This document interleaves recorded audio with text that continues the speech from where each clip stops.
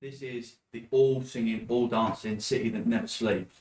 And you would know that the structure of the city, something that I wouldn't have you focus on this map too much, but one thing I really like about this is it keeps the city very sectorised. A lot of these streets all surround what would be the mixer in the middle. That building there in the middle is named the mixer. You would know. You would know that one of these roads is called Gentleman's Road. Basically, the structure of New Money City is the guys that got in first, all of the bankers, the bigwigs, the financiers, built on the land of New Money City.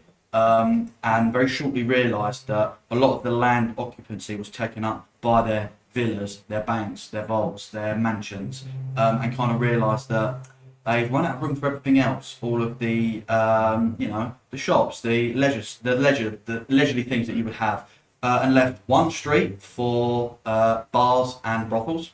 On the same street, which is Gentleman's Row, is all of the bars in New Money City and all of the brothels. Gentleman's Row is the only street with all of that stuff on it, and everything else you would need or find out, and you'll find out about a little bit later on, maybe with some rolls and stuff, is the mixer. So you guys know that you're heading back to the Rough and Tumble. It's the last and biggest courtesan's house. Notice how I say courtesan's house as well. This is the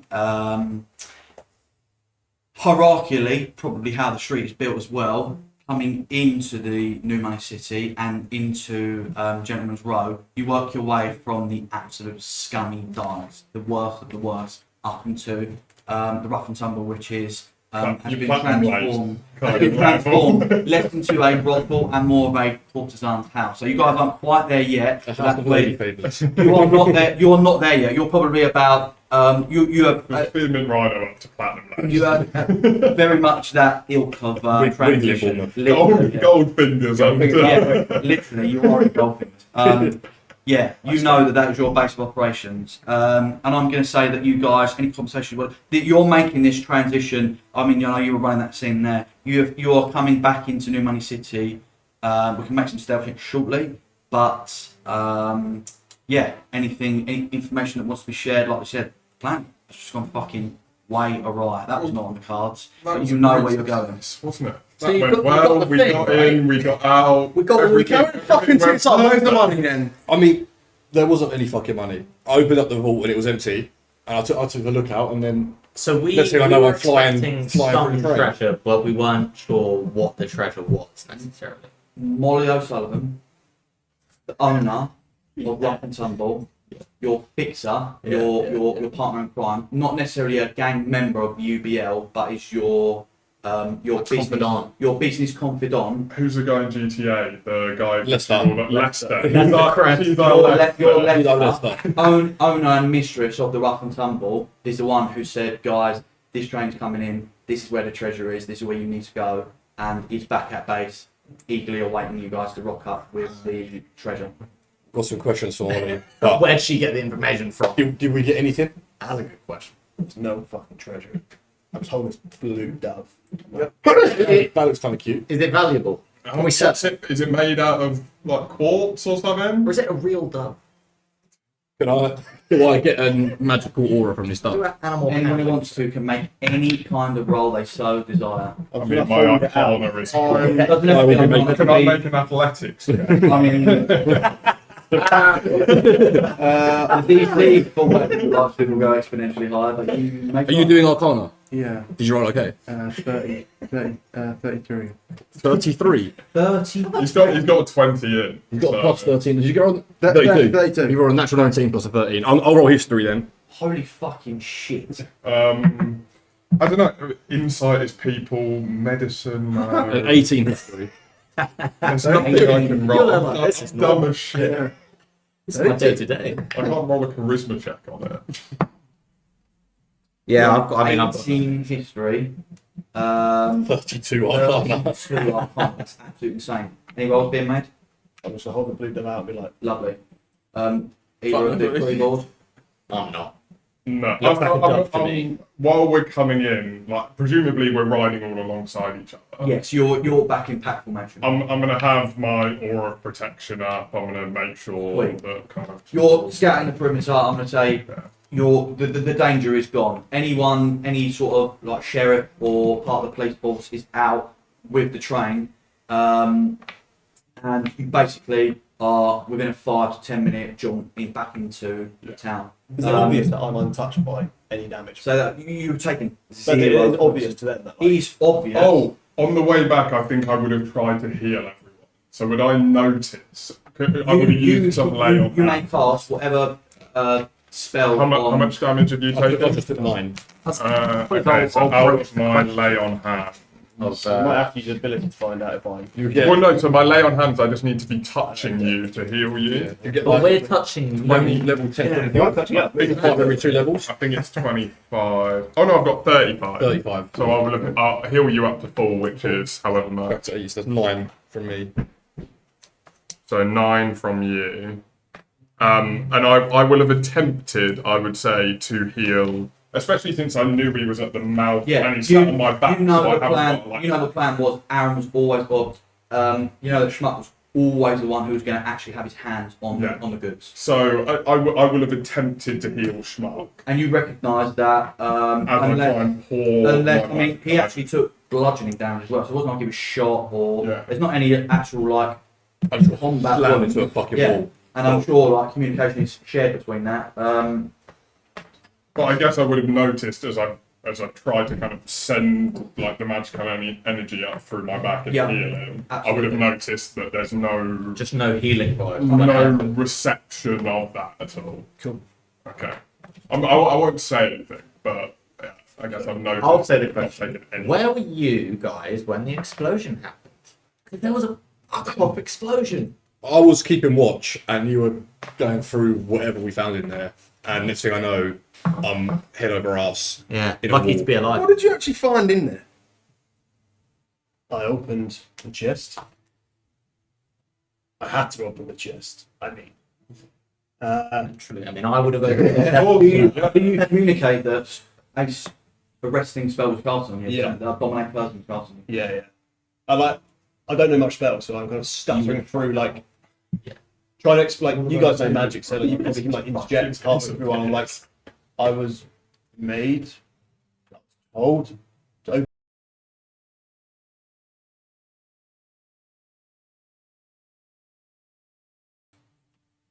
And Okay. what was in the chest? The dove? Well, give me the dove. Get your hands on the dove. Get your own dove. Well, which one first? There's a lot of.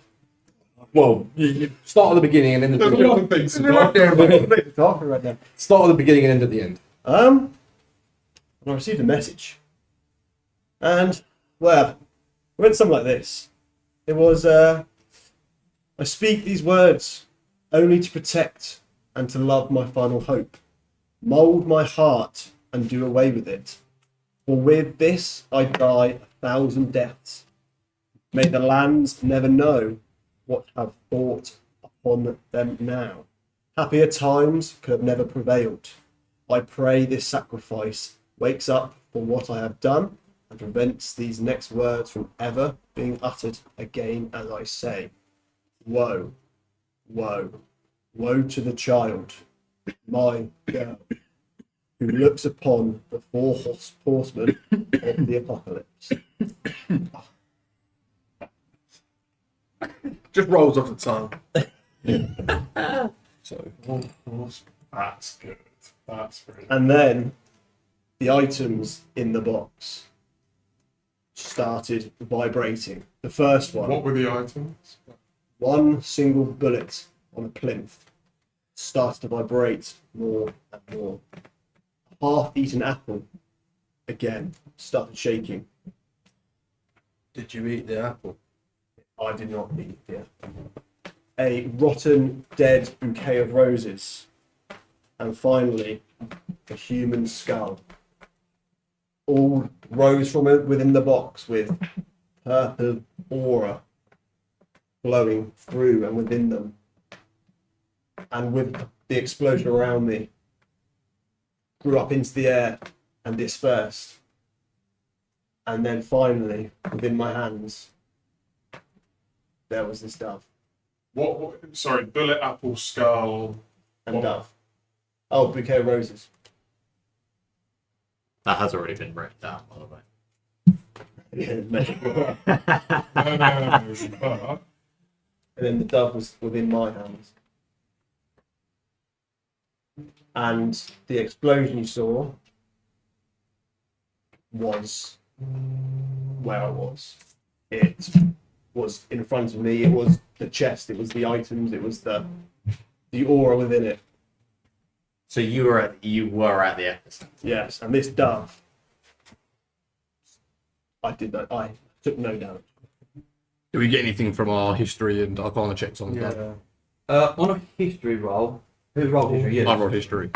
Is there any kind of guidance you could give me on what kind of like you are? I think I'm looking at any like old stories, maybe like myths from the old frontier about magical doves. On an 18 history, you know that the old frontier structurally is a place where a few things you'll unlock on an 18 history here. The way the train was actually able to get in and out of the old frontier was by the tracks were actually laid by either like constructs, anything cast like necromancy, so like undead skeletons or constructs controlled by necromancers were able to lay the tracks. So that's how, like, because humans can't really traverse in, there's a level of radiation in the old frontier that comes through just a sheer amount of aberrations and monsters, and it's an uninhabitable land. Like nothing grows there, you wouldn't be able to live there, you would take like slow damage over time. So the tracks were laid by constructs built by, you know, things like either maybe perhaps robots or spells cast by necromancers. Summons where summons would have laid tracks. So you know that for a start, this information, if what what Schmuck is saying is true, so that combination of these lands being so harsh and so difficult to access, traverse, get around, for someone to have known what is in this box and been able to construct what's been constructed is an insane thing in and of itself to start. That layup of information is just something that's ringing in your mind. For a human to have been there long enough to put this chest here and to write this message, for example, in the For old someone frontier. to know what is in the box Yeah. and to make sure that Schmuck is the one who opened it is an insane feat in and of itself. Just by proxy of, like I said, it wasn't human hands that laid those tracks to get that train. Yeah.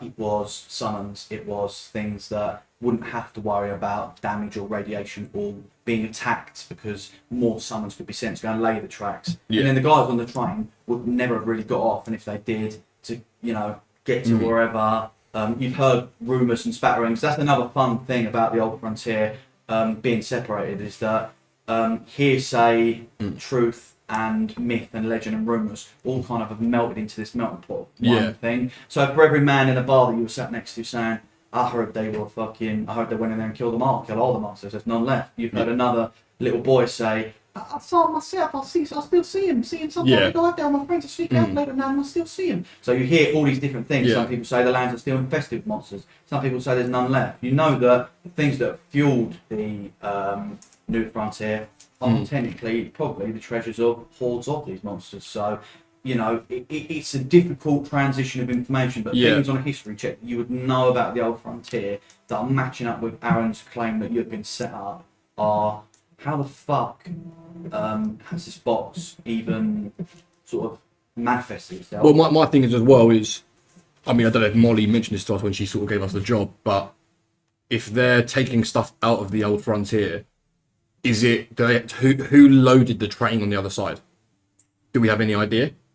Is it another summons thing? Is it unreliable? We don't really know. Is actually Again, like, to actually go out and get the boxes and put them on the train, it would have been summons and stuff. The guys on the train, again, part of that gig was you're on a fucking train guarding boxes. Like, no wonder it's such a great. You see, as these pieces are falling into place as you wander back, how easy the setup would have been to be like, well, these guys are just employed to guard a freight train going in a straight line at 100 miles an hour, guarding boxes. Like, would they have had to have been elite warriors to protect things? Yeah. Probably not.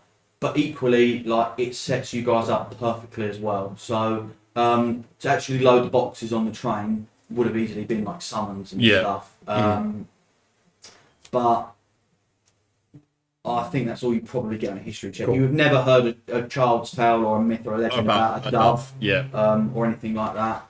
And history-wise, the Old Frontier is a place full Of mystery. Cool. What about my Arcana? On a 30 fucking 3 Arcana, which is insane. You recognise a couple of things. You recognise that if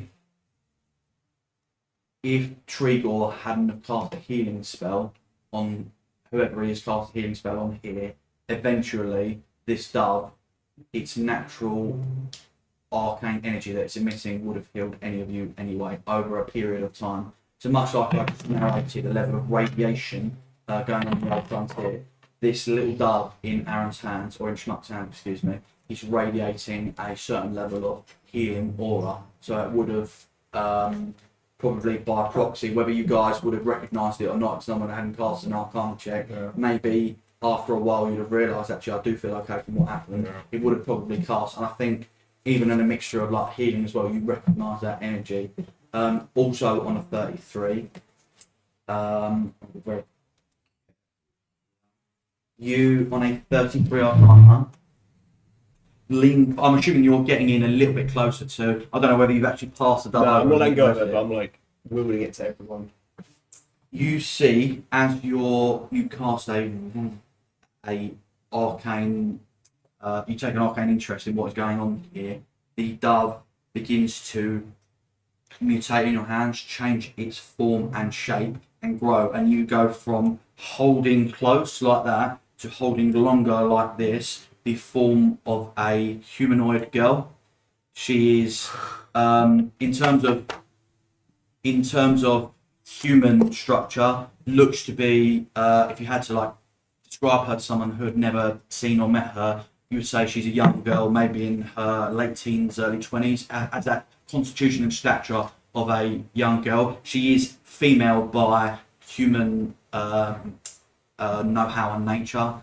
She is iridescent blue still. Her skin, her constitution is still of a blue nature. She has long flowing hair that runs all the way down her back, and is clad in a simple white gown, and she is unconscious in your arms as he casts that 33 Arcana check. So if I didn't have cast that, I would have known. It's me to know, I need to find out. How's that going to happen? Like, I assume we're in a huddle, are we, or are we moving, or? Is she alive? Is she breathing? Is She is absolutely alive. That's you can see the slow rise and fall of her chest, but she is unconscious. Right, I'm still on the back. We're trying still into. Are we? You are at a slow canter coming into town. We're probably 5 minutes away from town. In fact, anyone can either give me a. How do you guys want to come into town? Are you strolling? You now have. I'm going to give you a clue. As much as New Money City is a colourful and very magical, crazy place, walking into town with a iridescent blue glowing girl, probably after being the ones coming out from the desert from a nuclear explosion, it's going to be a little bit of a difficult story to sell to people. So we can either get a level of stealth checks, you can either involve investigation checks in terms of where you want to go, perception. I'm going to leave the onus to you guys. I'm going to hold too much. put my hand. Is she corporeal? I'm going to put my hand on her and cast invisibility on her. Sweet. Yeah. She vanishes in your So I can heart. feel it, but I can't You see it. feel the weight of a human in your heart. She doesn't weigh much, don't get me wrong. Yeah. You're a big guy, but you know she's still there and she's invisible. Let's get to Molly's. Let's get our head down. Go to the rough and tumble. Rough and tumble, baby. Get to the rough and tumble. We've got to work out what the fuck's going on. Yeah, we can then question her. And I think we can lay low for the day. Yes. Because I think Shank's going to be about at some point. He's going to start rounding people up and questioning. Does the rough and tumble, is it a known spot for other criminals? I'm thinking of like the bar in Cyberpunk where like all the criminals hang out. Yeah. No, Or is it like we just hang out there? But no. like we're not going to go down there. It'd be like 4 other rival gangs that also chill there. No. This is your guys. You know that the top floor, the honeymoon suite, has been re-renovated to be one half Molly's office and one half your guys' living quarters, office, secret hideaway, blah blah blah blah blah. This is your guys' fortress essentially. It operates as a full business. The downstairs is a full courtesan's full business, but there is a little bit of there's bouncers and stuff, not just any old gang getting in. And I think there's a little bit of an underbelly reputation that UBL are there, don't go there sort of thing. Like, Cool. a rival gang will just rock up. It's not the done thing. Cool. Right, let's get to Molly's. Heads down. She's invisible for an hour, so we're good. I think you guys come in round the sort of back area of New Money City, which constitutes the back as in like this is the back of there's not really a lot out here in terms of what civilization would have access I guess the new frontier extends more that way. Yes, to a degree, and then you would have access from like roads and stuff going back out that way. So like carriages bringing in cargo or tourists or foreigners, whoever it may be, would be coming in from this way. Going out that way, you wouldn't really, unless you were going to the museum or unless you were going to one of the small settlements to get like agricultural stuff, you'd have no reason to. Yeah. So coming out through the sort of back way, anyone who wants to can give me a perception check. Let's change up the dice. 15. It's got 7. 21. I'm just holding the jar. 11. Teenager. This was now heard there was a 15 from Grigor. You see coming into what's actually at first we think shit, it's pretty isn't ideal because it's quite an open space. A box like booth. It's more of a booth than a box per se. Is set off to the side. So you've got all of these winding streets. Firstly, this place is fucking bustling. You know, whether it's 2 p.m. in the afternoon, 4 o'clock in the morning, this place will be full of people. It's a city that never sleeps. Again, think Las Vegas. There are neon glowing signs already turned on buildings, and it's 3 o'clock in the afternoon. This was an early morning train coming out, and it's obviously been held up by your guys' heists. So this is late afternoon, dipping into early evening. People are in their full flow, whether they're kind of cleaning up their day jobs. You see people running around, with letters and stuff, and transporting goods. There's a couple of carriages coming through, but neon signs are already on. People are already filtering in and out of bars and stuff. And this is a place that no matter what, to your guys in this opportunity, probably very advantageous moment, you will come into the crowd and become a sort of like Assassin's Creed-esque, get swallowed up by the crowd very quickly. So coming in, you see that box I was describing, that sort of booth, sticking out from the side, sort of as like a little guidepost, sort of like a sign. It has the typical, you'll see in like, when you go abroad, 100 kilometres that way, Old Frontier, 50 kilometres that way, museum, and you see pointing with a little arrow down here, it says Crier's Post. The crier is in like a town crier, and outside of it is a man. He's a humanoid figure, a man with a bowl cut, wearing like a simple brown leather tunic, and he's going, "Come and get your papers, year in review, come and get your papers." And as your eyes sort of pick up on this guy who is basically just doing his daily job, you know that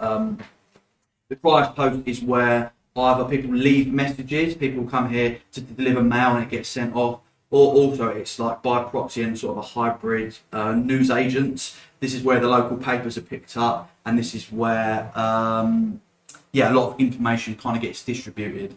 And as you guys pull around the back of town into this open square, and this human man is doing his daily rounds of like crying out for papers, he actually goes to offer any of you guys a paper, see if you want one, and you see a little glint on that like 15, a couple of decent rolls in there. You see the glint of like a mirror, sort of catching the light to sort of signal, almost Morse code-esque, out the backside of the window of the booth, of the Crier's Post booth, sort of signalling, like trying to get your attention. And you see a little black hand sort of pop itself out and like go like that around the backside of the Crier's Post.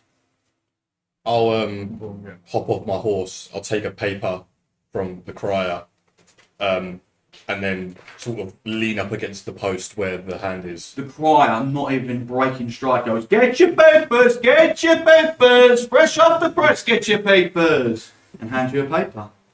Anyone else would like to take a paper? There are only 4. There was meant to be 5. Just so you know. And I'll lean up against the booth bit where the hand is thingy, and I'll just sort of mumble under my breath. You okay? Who's this? You say, are you looking in or are you leaning up and you? I'm literally like leaning up against it, like but back to him basically, where his hand's coming out. I sort of mumble under my breath like, "You okay? What's up?" You hear. Listen, wise guy. That fucking explosion, it was very, very seeable. So I recommend get your ass in here, or you can start playing silly fuckers and stay out there. Get inside now. Do I recognise the voice? You would know that's Mr. Waddle speaking. Who's Mr. Waddle? Mr. Waddle owns the prize post. Okay. I'll just sort of chuckle and say, "I didn't see no explosion," but then I'll head inside anyway. You guys tie up horses, leave them sort of tucked round the back, and enter inside the prize post. And there is, I'm not even going to say fuck all in here. There's literally a desk, a stack of papers, sort of like a wall of boxes, which is clearly where envelopes go on. They've got names of locations on them and stuff. Sat in a chair, sat in one of those spinning chairs, you know, like a desk chair where it spins around and stuff. Spinning round is a penguin, just like a full penguin. He has a little like a tie bow and a red top hat.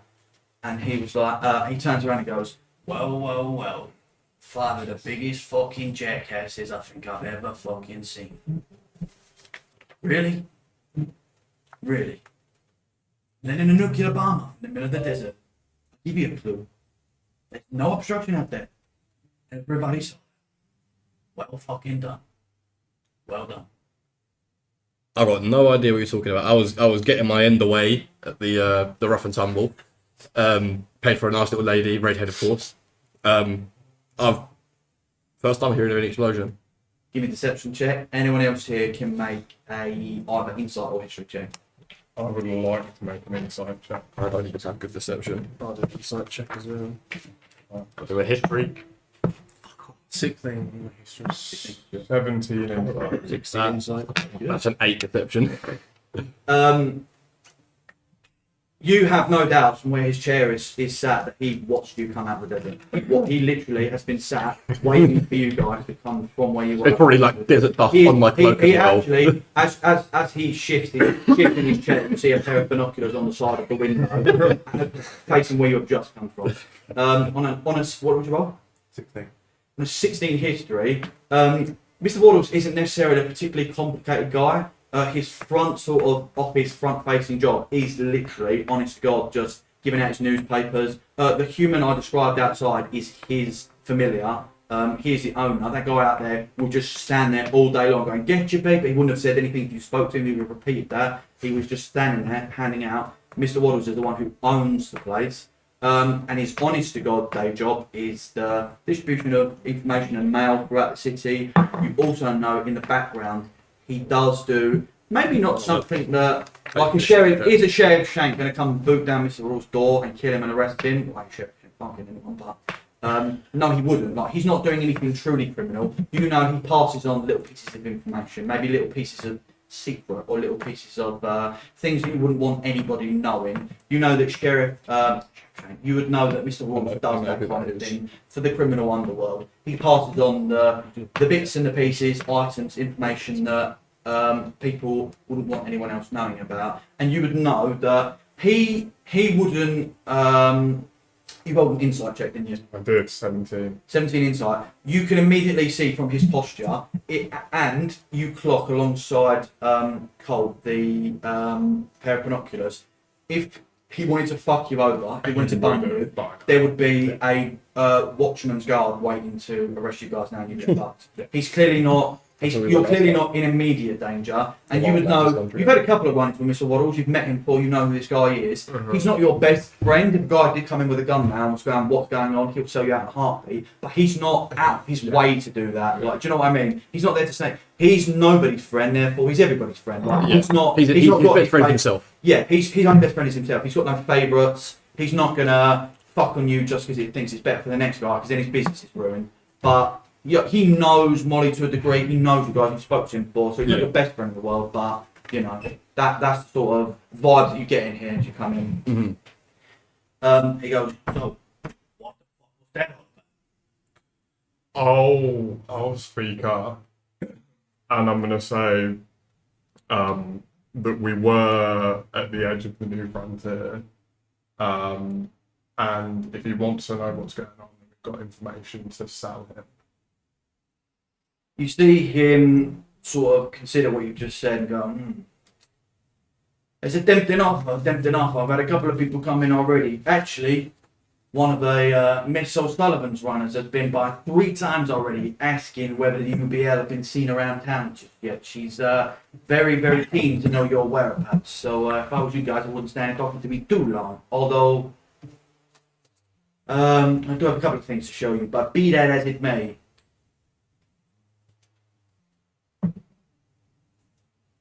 I'm gonna forgo your offer. Sometimes ignorance is bliss, and the less I know about that fucking mess up there, the better, I think. You see he rummages around in, I'm gonna wait for this bit.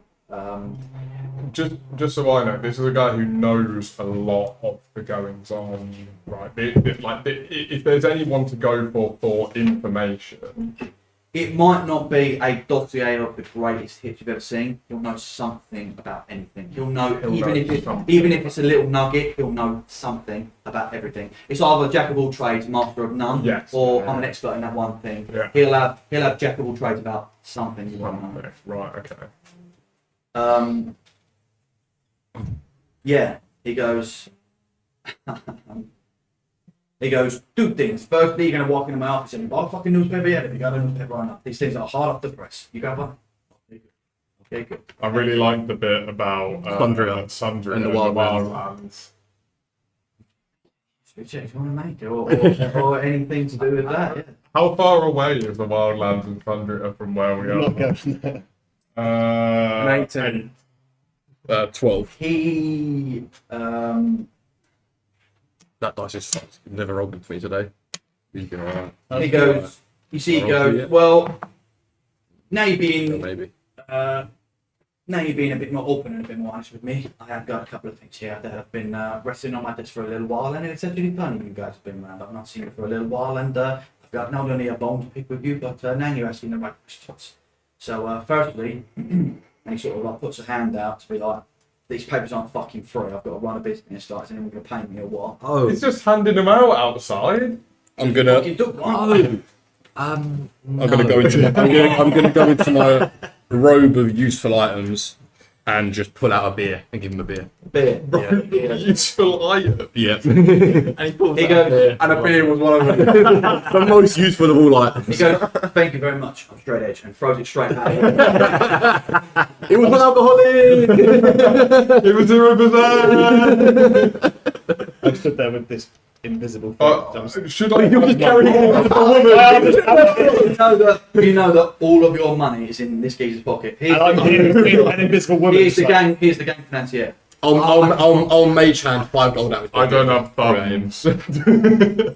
I'm just here. I'm just gonna.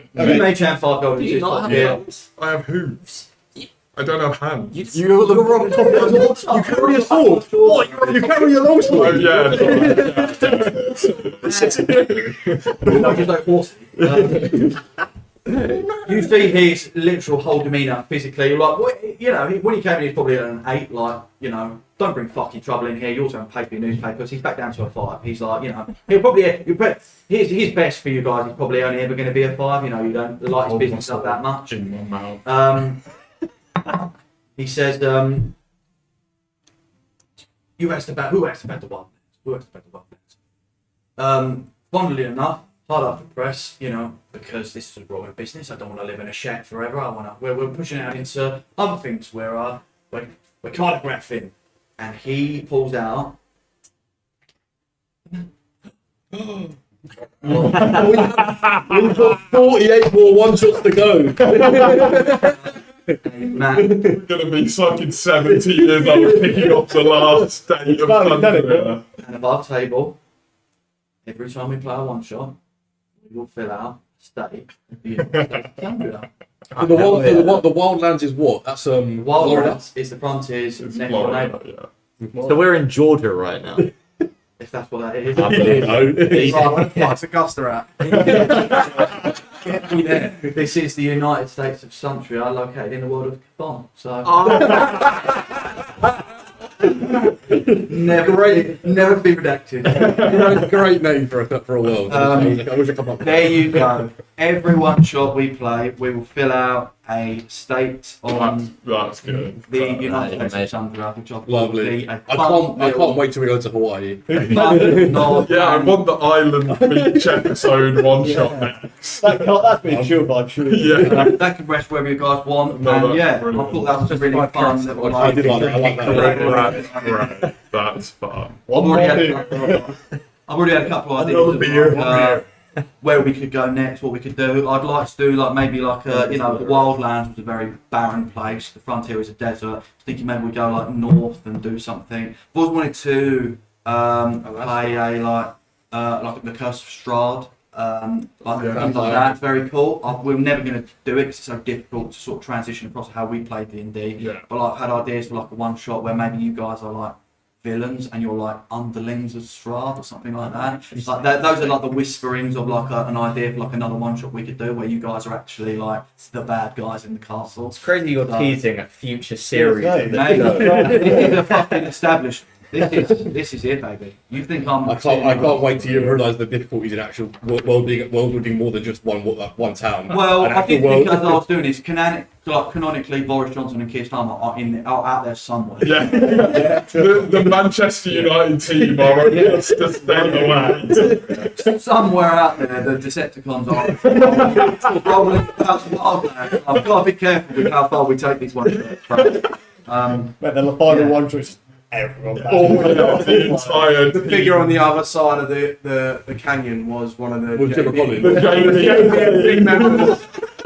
Uh, It was three of them on each other's shoulders with a close up. Reggie was It was Rex just looking at.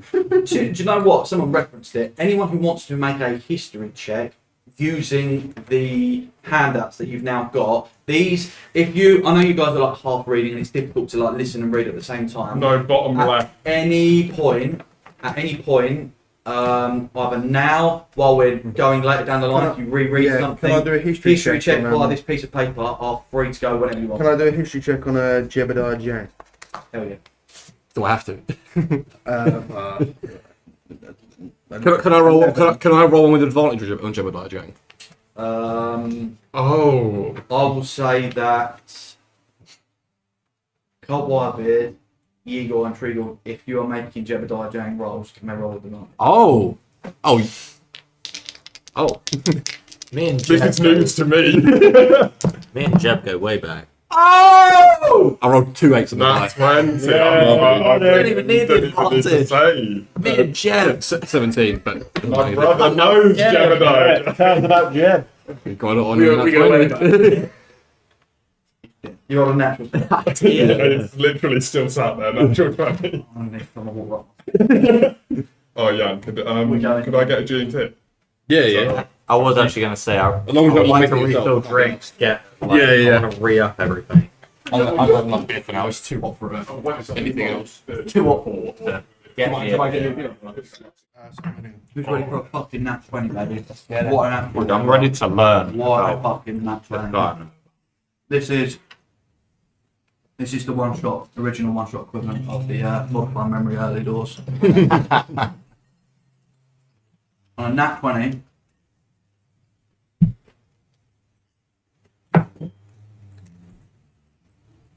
On a nat 20, reading the name Jebediah Jang, front page of the newspaper,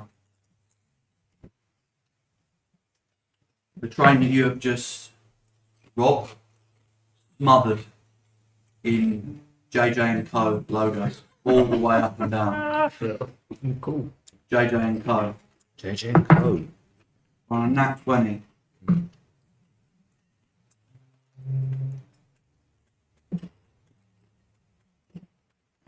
I might put you on the spot right now. Oh, Jesus. We're going to flash back.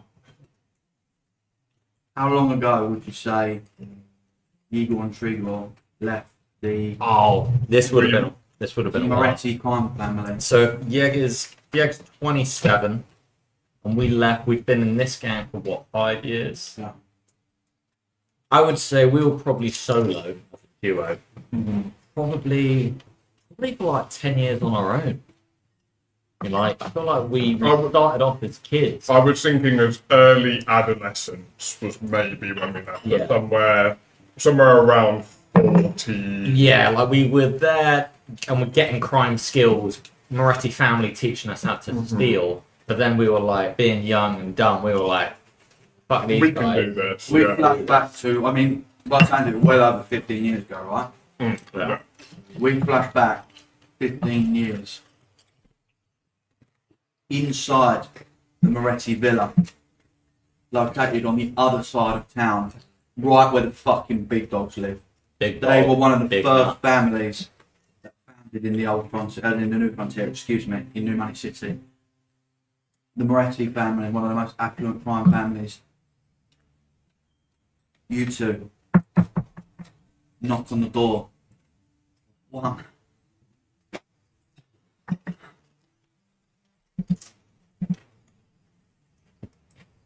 You two knock on the office door of the Don Bruce Campo Moretti.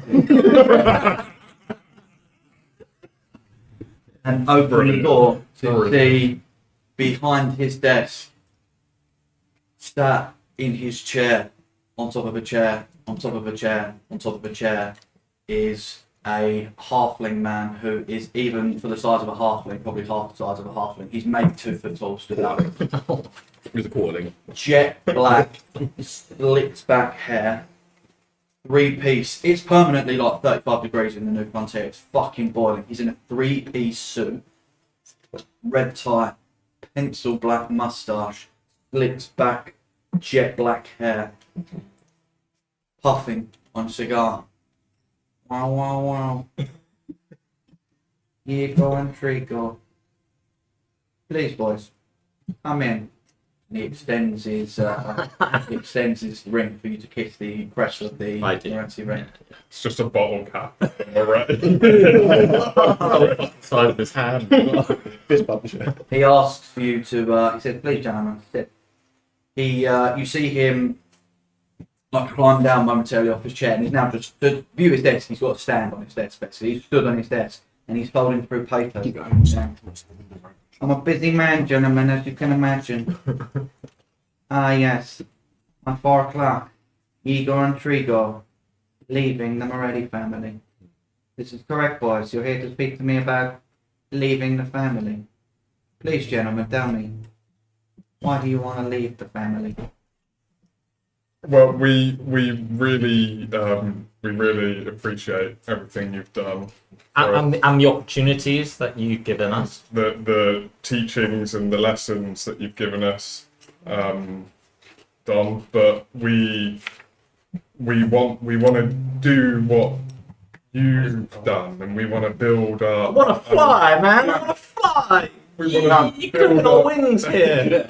We want to build our own family, and we want to replicate all of the great things that you imparted onto us, onto other people. You see him, at this point he's stood on the desk, so he's stood on the desk, hand folded, listening to what you're saying, intently puffing on his cigar.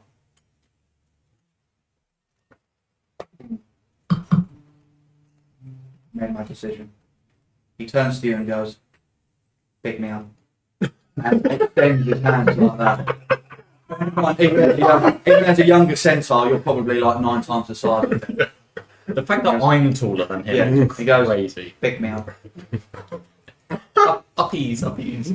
You pick him up like a baby and he leans forward and kisses both of your cheeks, pulls a pistol out with a silencer on the end of it, a fucking massive silencer barrel, and goes, "And now announce you blessed and graduated from the Moretti crime family." Thank you, thank you. You put him back down, he walks over to you, probably like a foot smaller than you, embraces you, kisses you on both cheeks and goes, "Look at you both, my boys." Both like 12 years old. He's like, "You came into this family as little children, now you live as men." Go out there and show them what the Moretti family is all about. And just remember, if you ever cross us, I will murder every single person that's ever been affiliated with the pair of you. Of course, as you Okay. should. Yeah. And stay away from the Fosters family, those guys are fuckers. Never liked that. Yeah. And the Peronis. We don't like those guys. And he sits back down in the chair. As you guys get up to vacate, newly graduated in this flashback from the Moretti family, you see Geraldine, Don Moretti's assistant, knocks on her door. Very old lady, grey hair tied back in a bun, in her 70s, regular human lady, knocks on the door and goes, "Don Moretti, there is a Jebediah Jang here.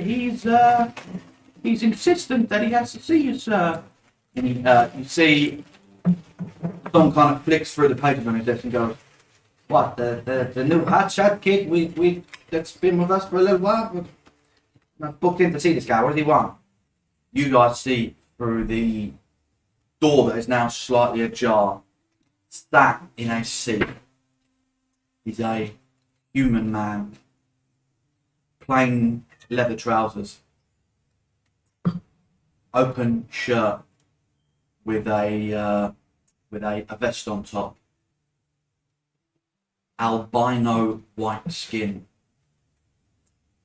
almost snow white skin, with a motley, what is kind of hard to ascertain whether it's a scar over his eye or whether it's a birth or pigmentation of like a patch of motley skin across one of his eyes, with jet white, snow white hair that is probably equal to the same colour as his skin, is Jebediah Jang sat in his chair, and he is hunched over looking at something in his hands. He has something that's around his neck. It looks to be like some sort of chain or a necklace, and he is 1,000-yard stare. He hasn't flinched, moved, budged, or even probably noticed that the door is now open and people are looking at him. He is intently staring at whatever is in his hands around his necklace. And as the Don sees it, he goes, yeah, okay, whatever. There's 5 minutes for this little schmuck. Send him in. The door opens fully. You roll in. You two walk out, and you see at this point Jebediah does clock the pair of you. He stands up. He is near double your size, and this is a young man. This is a young man as well. He looks to be early to mid 20s. He's a humanoid figure that is 6'8", 6'9". He is a hulking man. He's not muscular in the nature of you look at him and see his muscles ripple, and he's not fat and he's let himself go. He's that scary middle ground where, you know, like Thor in like a God of War video game where it's like, he might be a big lump, but fuck getting hit by that guy. This guy is he as he stands up to walk through the door, this door is obviously built for halflings, regular human beings. He has to lean him through the door and sees you both and goes, Igor and Grigor. Works out very quickly what's going on here. I like the way you both think, gentlemen. Making your way in the world by yourselves.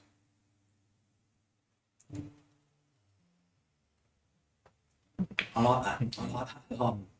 And you see him putting pieces together in his mind that you're coming here to ask Don Moretti, can we graduate from the family? Can we make our own way? Can you leave? You see Can you him write look me a at... favour? 15 years. You see him... Remember. You see as well, through those couple of seconds he was silent, running the numbers on... You don't know he's probably here to about to do the same thing. Probably don't know he's about to... Probably not ask, but tell or the Don that he's got. He was always like this, Jack. You don't tell the doll. The thing that now you're closer, the thing that you saw that was around his neck was like a rounded necklace that is shut, like almost like it's circular in nature and shut, almost like a watch face that you would open up. You don't know what's in it; it's shut now. But he tucks that.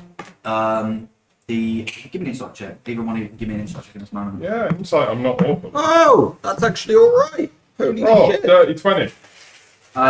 18. On a 30, 20 and an 18, in this whole interaction, even when you technically caught him off guard, because I narrated that he didn't quite see that you were both in here, he is not embarrassed that you both have probably ascertained that he is about to ask to leave. He is not affronted by the fact that he has come in here and barged into a separate meeting, B, he's essentially come in here and demanded his own other meeting. He's not knocked by any of that. You have not seen a sliver of emotion on his face. He is the coolest customer imaginable.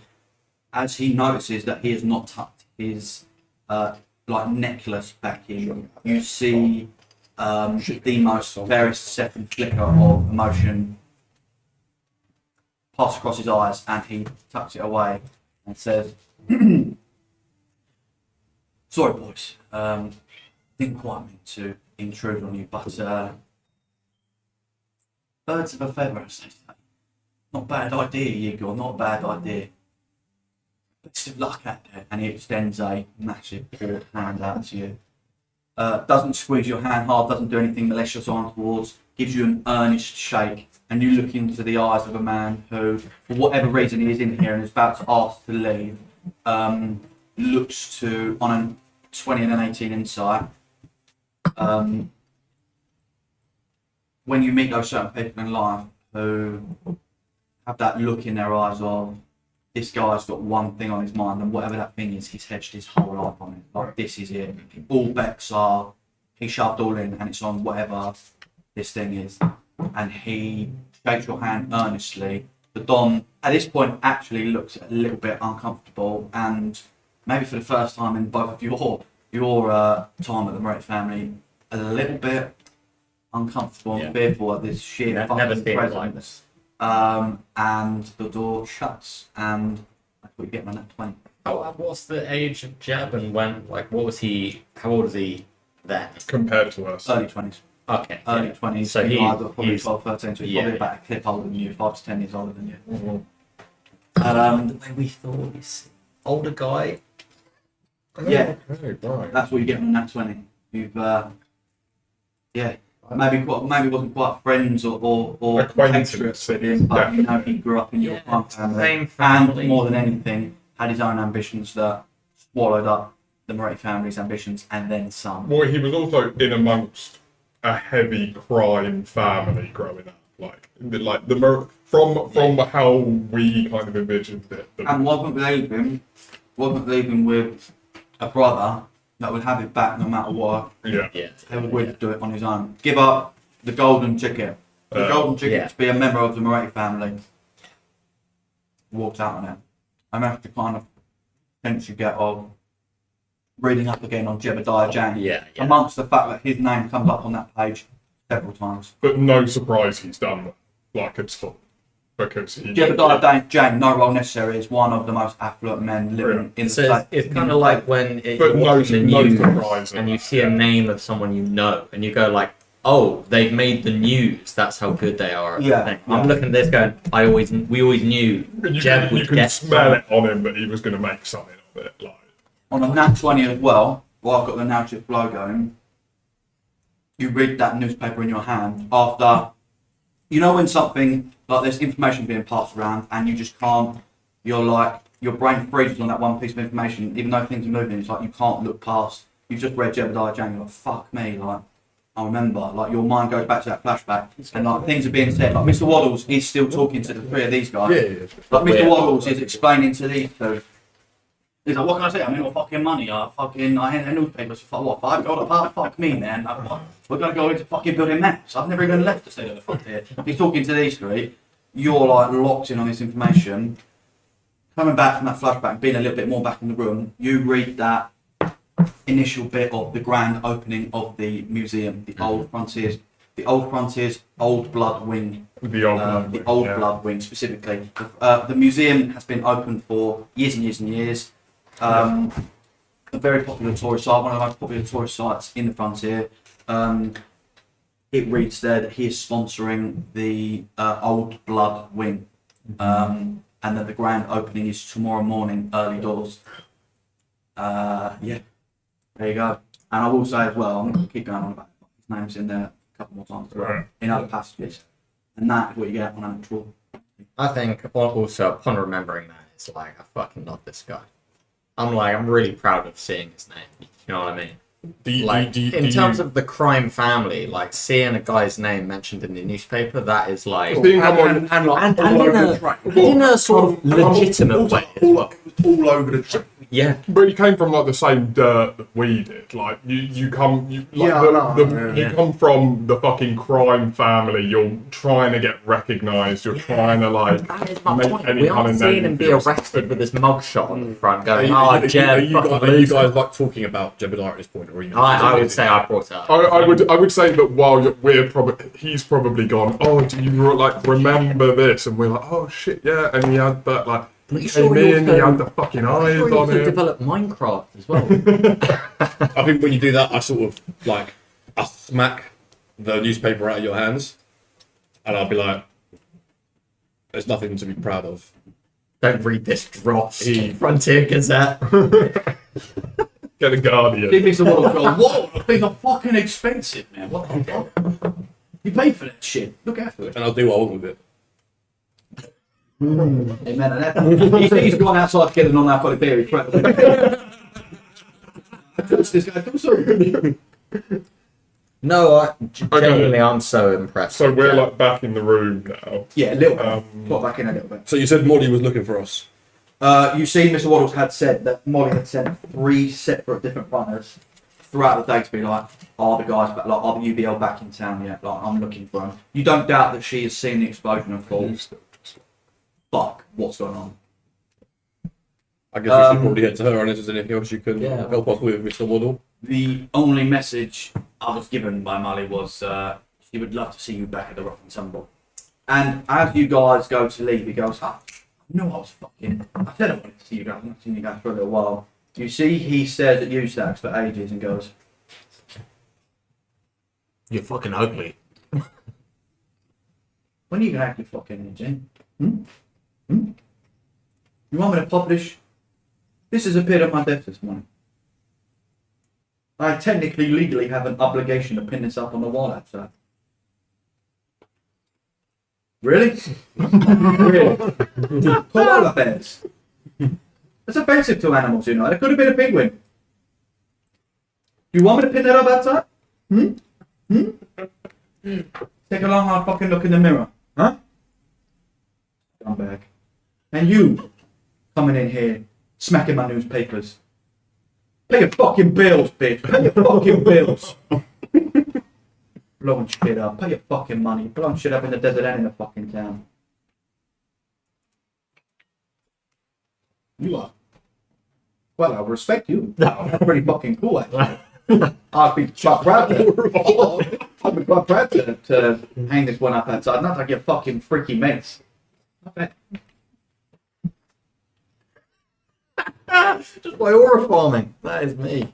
In spades. The only thing I can say about you. Here we go. Why didn't you take me out? Look at me. Struggling out here selling newspapers in the dirt. You gotta tell me about this shit now. I'm gonna have to pin this up now. And the jig is up. The jig is up now. All bets are off. All bets are off. You notice the whole time you've been in this room, the whole time he's not even looked you in the eye. And he goes, you sick fuck. Make me fucking sick. I want you to know when I give you this piece of paper, if I can see you get up with your fucking legs, and I'm a penguin, do you know how hard that would be to be able to break your legs with a fucking penguin? No. Everybody else, caught in the act. Look at those pictures. Caught out about town. You, hitting a fucking pose. Look at you, you make me sick. You make me sick. You know what that says? Read that. Oh my god. You're a fucking scumbag. Get out of my fucking office. And he throws that at you.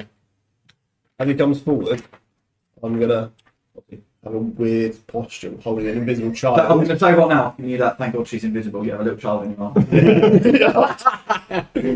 Yeah, true. I'm going to swing a little bit as I turn, and a hand is going to come loose. And I'm going to use sleight of hand to pickpocket the money that Jan gave him. Back Yeah, up. roll that. He's like, man. How long has it been since we got back, or since we left? I've been in here talking to him for like 20 No, minutes. but how long since we left the thing? Have you still got my ability? Who's that? Aaron? Aaron. I'm going to say, how long been an has it hour. last been? It's got to be at least an hour. It's been an hour and a half. Cool. At least. Rolling it straight. It took you an hour just to get back into town. 23.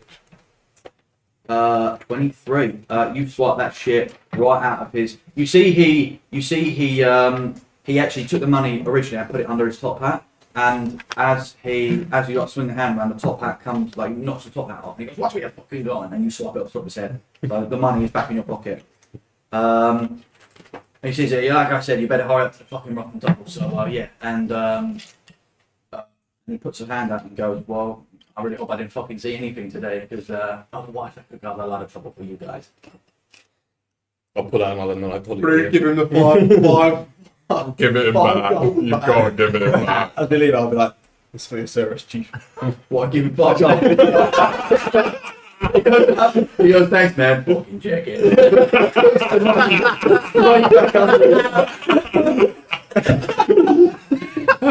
He goes, "He's a wise guy." Right under. Oh, brilliant. And you leave the Cries post. I think as we're like leaving, I'm gonna be like saying to myself, like, kind of like looking down at myself, like straight down, being like, "What the fuck you doing shit like that? What are you doing?" And then just gonna like carry on leaving.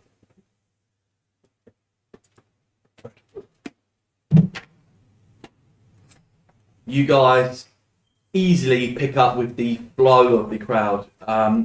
This city used to be 2,000 people, it's now probably 2 or 3 million. There are people out at all times of the day, and you easily pick up in the wave and the flow of people going about their day. By the time you have now got back, spoken to Mr. Waddles, and are making your way into the Gentleman's Row section of town, heading towards Rough and Tumble, it's probably about 6 o'clock in the evening now. We're getting on a little bit. Dusk is sort of settling. Sun coming down on the horizon.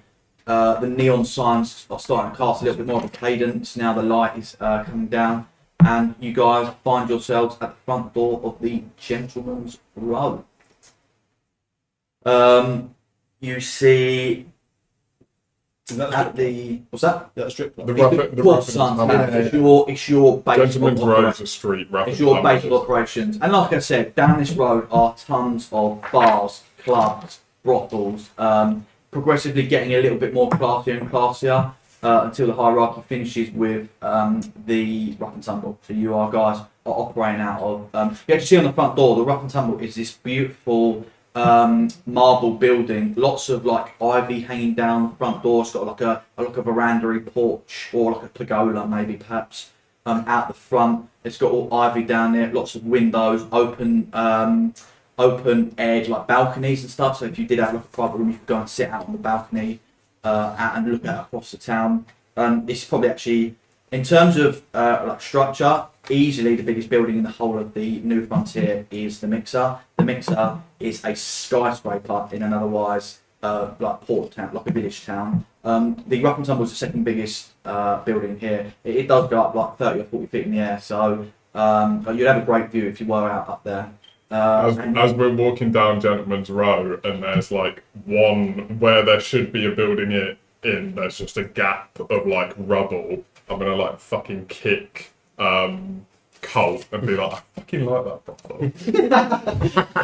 You see a man outside, literally head in hand, like, "What am I gonna fucking do?" He's like, the bill's got no fucking insurance. I can't even claim insurance fraud on that fucking thing. Man fell to his knees. I know it. Gentleman Row. I'll flip Jan some money and be like, next time, fucking pay. Let's go, shall we? You guys come up to the front door. Bill and Ben are on the front door. Two bugbears who are fucking. They're there in case it kicks off. To be fair, like I said, it's a classy place, so they never really have to do too much. People know better than you. Don't want to be put on the blacklist of this place. Like you've been missing out big time. So usually they don't have to do much, but two huge bugbear gentlemen who sort of go. Evening fellas, and sort of tip a hat as you guys come in. They know better than to ask anything of you guys as well. And you come into the Rough and Tumble. Take a deep breath. Entering the Rough and Tumble, 5-6 o'clock. Yet to reach its peak, but we're getting there now. There are people everywhere in here. Lots of plush sofas, leather cushions, velvet curtains. I keep saying leather. I meant to say velvet. Leather cushions wouldn't be nice. Velvet cushions. This is a place of. You can see that Molly has tried so hard to break the mould of. This is not a place where people just come and have dirty like sex, pay the lady and leave. It's like this is truly. There are no prostitutes here. This isn't a brothel. This is a courtesan's house. There are only ladies of the court basically. So there are loads of beautiful women, resplendent gowns, tiefling girls, human girls, elven ladies walking around with either drinks or guiding men across here, there and everywhere. There's a big stage. On the stage is a collection of like 7 girls doing the can-can, and in between each girl is a little like gnomish man. They all look very, very similar to each other, and they're all wearing the same t-shirt that says Larry Stag Do 2026. Larry Stag 2026, and underneath it says like all these little gnomes, and it says "We ain't going gnome" underneath it. And like they're all on stage, like obviously feet in the air, like doing the can with the ladies. Like it's kicking off in here already. Gnomes held the party. Let me tell you. Yeah, What literally. night of the week is it? Oh, it's a Saturday night. It's going to kick off. Monday. It's a Monday. Yeah, like this place will be buzzing soon. Like buzzing. I want to be in Larry Stag Do. Like lots of gentlemen in here, like high profile, guys in here, just drinking and enjoying. You see Monty behind the bar. He's like a tiefling gentleman, super. He's got like a shaven head and on his head, like all tattoos. He's like fucking juggling cocktails, like going around the back doing all sorts of mad shit, and coming across the room very hastily, not walking but floating, is Raymond Wingenazi, who is the sort of front man of this room. Like Molly has gone from like running the place and being the lady who is going around like checking if things okay. She's now upstairs, like bigger operations, like running the books, doing the back stuff with you guys a little bit. And she's behind the scenes now. She's got the CEO type role. He's down here entertaining the footmen. And Raymond the Wingenazi comes over and goes, boys, where have you been? She's a little bit panicked. Is everybody okay? You all look alright. Is everything alright? We're alright. You alright? Mate, I've got to be honest with you. I heard it before I saw it. That was a big fucking bang. You would be fucking bang, wouldn't you, Raymond?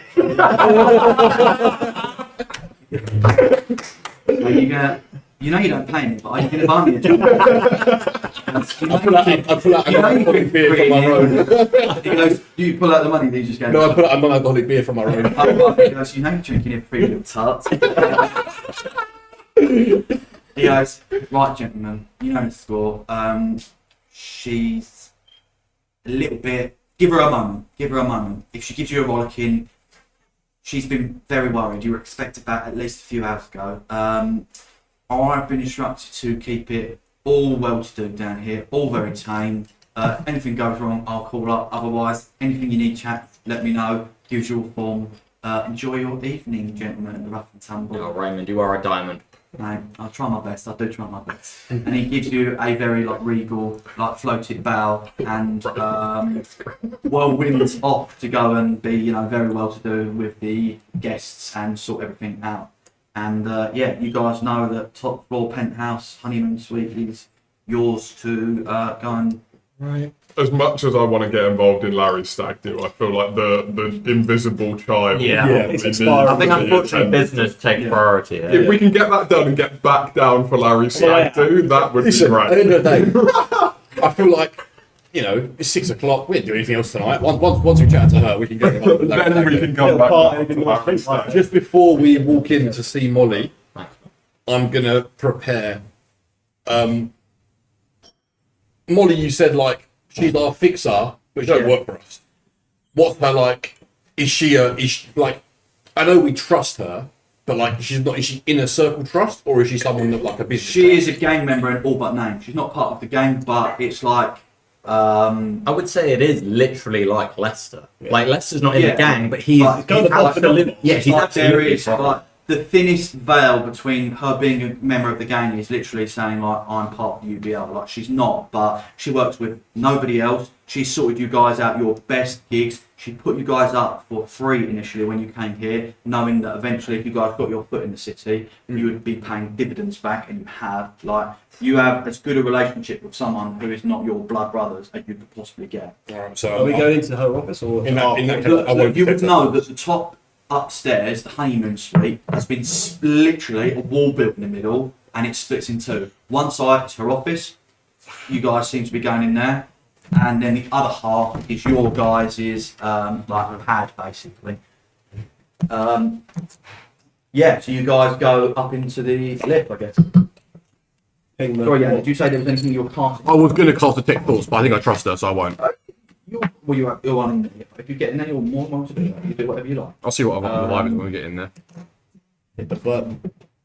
I'll see what I will do. The moment I walk in, and I get eyes on her, I just want to do a quick insight check in terms of Go for it. If she's Absolutely. like- Anyone who wants to do any kind of role, you jump in and do what you need to do. I want to do intimidation.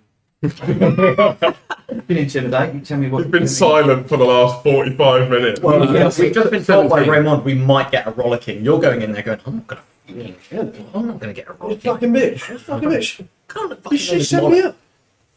17 insights. Like, I just want to get like base reaction. She sees us. Is she happy we're back? Is she scared? Is she You- surprised that we're back? I want to know if she's involved in the setup, basically. You enter a room with a woman who has her hair tied back, mousy brown hair tied back into a slick, like knotted ponytail.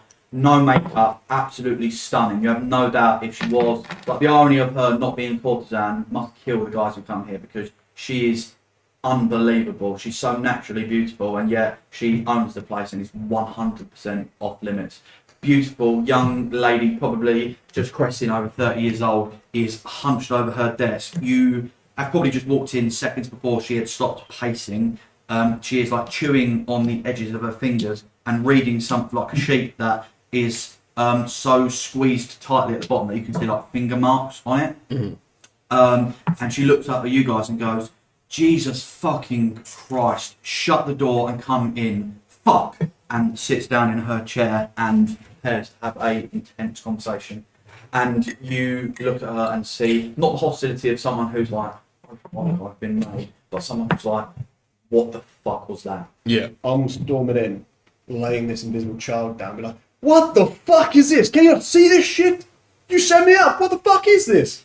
You see the like compressions of the desk like change as an invisible person is put on the desk and like the paper's bent slightly. She's going like, well, what's going on? Like, what the fuck, man? Like, what? I'd drop invisibility on it. Switch on, Molly, switch on. She's like, right, okay. Right, okay. Firstly, did she come willingly? Like, why is she here? Why have you haven't kidnapped her? There's not going to be people kicking down. You're asking doors. questions to us? What the Okay, let's fuck? work. Stop. Like the guy. Everybody calm down. Everybody calm down. I'll say why I'm upset and you guys say why you're upset. I'm upset because I thought that you guys were going to get this off that hitch, come back with the treasure, we'd sit down together, unpack whatever it was, and that would be that. Instead, I'm looking out the window and seeing what I can only describe as a nuclear bomb going off in the middle of the fucking desert and wondering where the hell you guys are. Are you alive? Are you okay? What happened? I'm sure. You wanted our money. You wanted our money. I, Smoke a cigarette. Mr. Schmo, I don't want your money. Your money, once upon a time, was my money. I put you guys up in here for free. Why would I take your money now? We have an excellent business relationship. The plan's quite simple. I was told that this was the thing that everyone's been waiting for. I let you guys know, like we usually do. You guys live in the opposite room through that fucking wall. Molly, can you just do me a favour? Can you shut the fuck up a second, please? Yeah, shut the fuck up. I would just like to know, who gave you the information to the drop? You were told. As see- he asks this question, I'm going to cast Zone of Truth on the desk. Yes. In- Welcome to the world of encompassing crime, Molly. Molly, the girl on the desk, but none of us. Are you attempting to hide that you have done that? Or No. No, I think I'm laying down, my legs are down, I've got my front legs crossed, and I think there's an air of intimidation about all of I'm them. going to speak the verbal components for Zone of Truth as she sees this kind of glistening, dusty zone encompass where she is, as well as the desk where the girl is She's laid. over here, Anne. I thought you started on the couch. She doesn't. You see, I'm gonna move her you out. see her turn to you and go, "Really? That's what we're doing." You weren't there, man. You weren't there. Hey. We're working with the information that we got, which is very little, and you were the one that got us the And information. if this little fucking charade is going to get you guys quicker to tell me what the fuck is going on, I'll happily oblige. You can't do that, it's true. How about this? I'll tell you. She flicked through a couple of pieces of paper and it's like reading clearly like a notes page and says, "Miss No More, head of the courtesans, is the one who told me it's down with the gentleman and was the one who received a very, very well-to-do tip. I can call her up here right now. In fact, before you speak anymore, I will call Miss No More up here very, very shortly once this conversation is done. Are there any other questions that I can surrender myself to?" I love your attitude. Definitely do get what her name. Yes, Miss No More. Miss No More. Yeah. Yeah, because the sooner we clear this up, we want to clear your name, Molly. We actually kind of like. We got set up, man. Yeah, we thought we were getting what you think we thought was there. I would start getting coins like flicking out. Fucking money. Mr. Schmuck, you're usually so hard to part with money and now you're throwing it at me. You want my Don't money? fucking test my patience. Molly, listen. Where we all It was all too easy. It was all too easy. This vault was guarded by a sleeping teenager. Not anymore. Not anymore. Schmuck tore his throat out. But He was dead before he realised. Dude never got a chance at I life. give you a deeply concerned. I was staring at so bad. and I mean, you filled us in on what happened. Like, Yeah.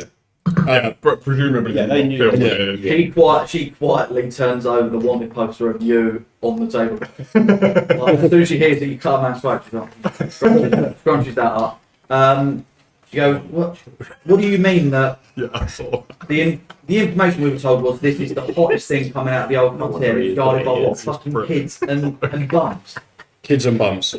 And I mean, I opened up the vault. I let Schmuck do the honours. Next thing I know, the nuke's gone off. He's walked out of it unscathed.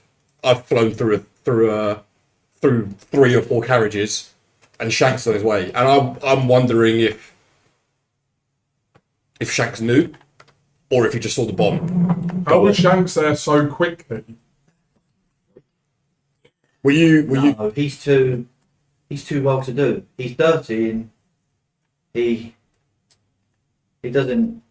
Well, everybody knows he doesn't kill, but he nearly kills. Sometimes he does worse than kill, but he wouldn't. He's programmed that way. He's programmed to never. Programmed to do what he's told. I don't know if Shank. The explosion was big. I mean, if they were on patrol anyway, you know what Shank's like. He can move quick. If that explosion went off, it wouldn't have taken very long to get there anyway. So. And who tells him what to adding do? Well, Yeah, what's the government situation here in New Money? government situation here in New Money is basically just a collection of bankers who the mayor Mayor McMuffin McGuffin, is his name. Yeah, the guy. Essentially, The guy who runs it all. Mayor McMuffin McGuffin is essentially a stooge in place who lets The rich people do what they want. everybody do what they want, and where everybody's doing what they want, and he's kind of like living on that surface of happy, but then when something goes wrong, they're unhappy. He's like, well, you know, like you do what you do, and it's not my fault. So he's kind of in that like invincible position. But you know, Molly goes, no, the mayor's a fucking idiot, even at the best. It's times. kind of like a dweeb. Something pushover. here is different. You open the box and you said it exploded. What was even in the box to begin with? I'll regurgitate You the regurgitate. raw items. Um, He goes, right, we need to speak to two people. I'm going to call Miss No More up here right now, and we're going to find out who tipped us on that, because there are shadows moving here that we are unawares of. We've been played big time. She picks up a phone and dials 1 to call basically down to the concierge, and calls up and goes, Raymond, it's me. Yes, I know they're here. Darling. No, he's only stag, dude. Don't chuck him out.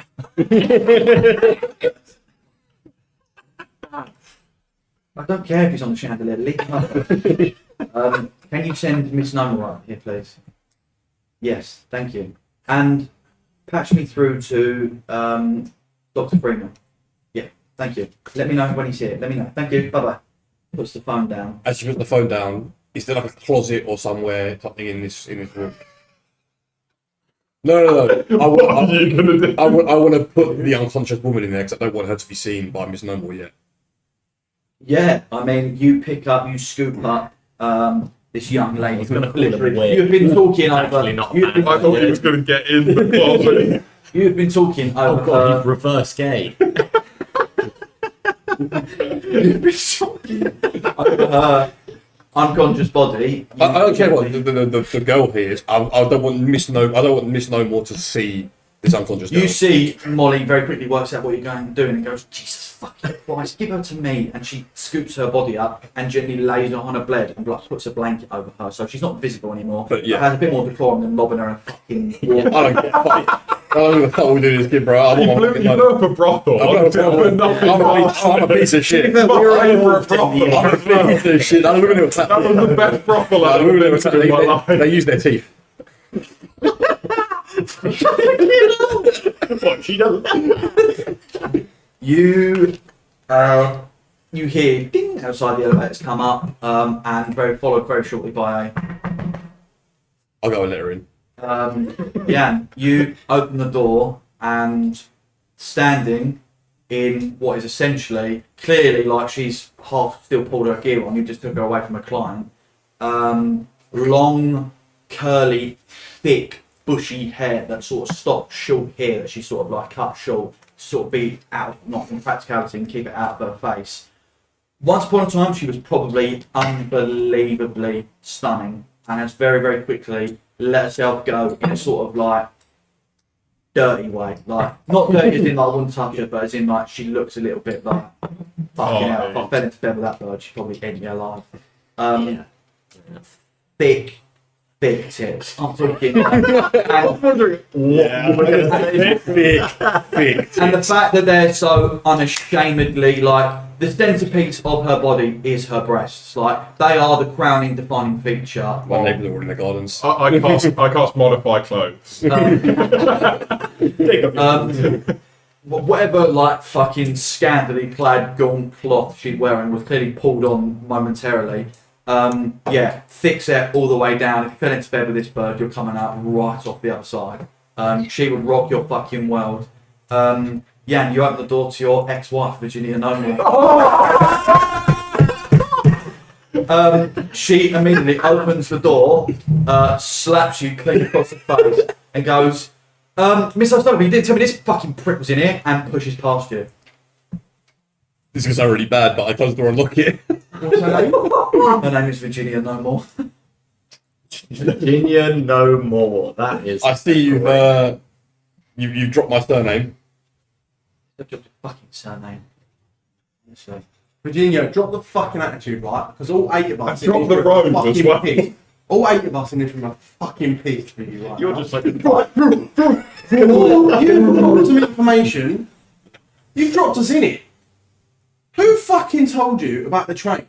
I'll like push her into my zone of truth, which is up for like I think 10 minutes.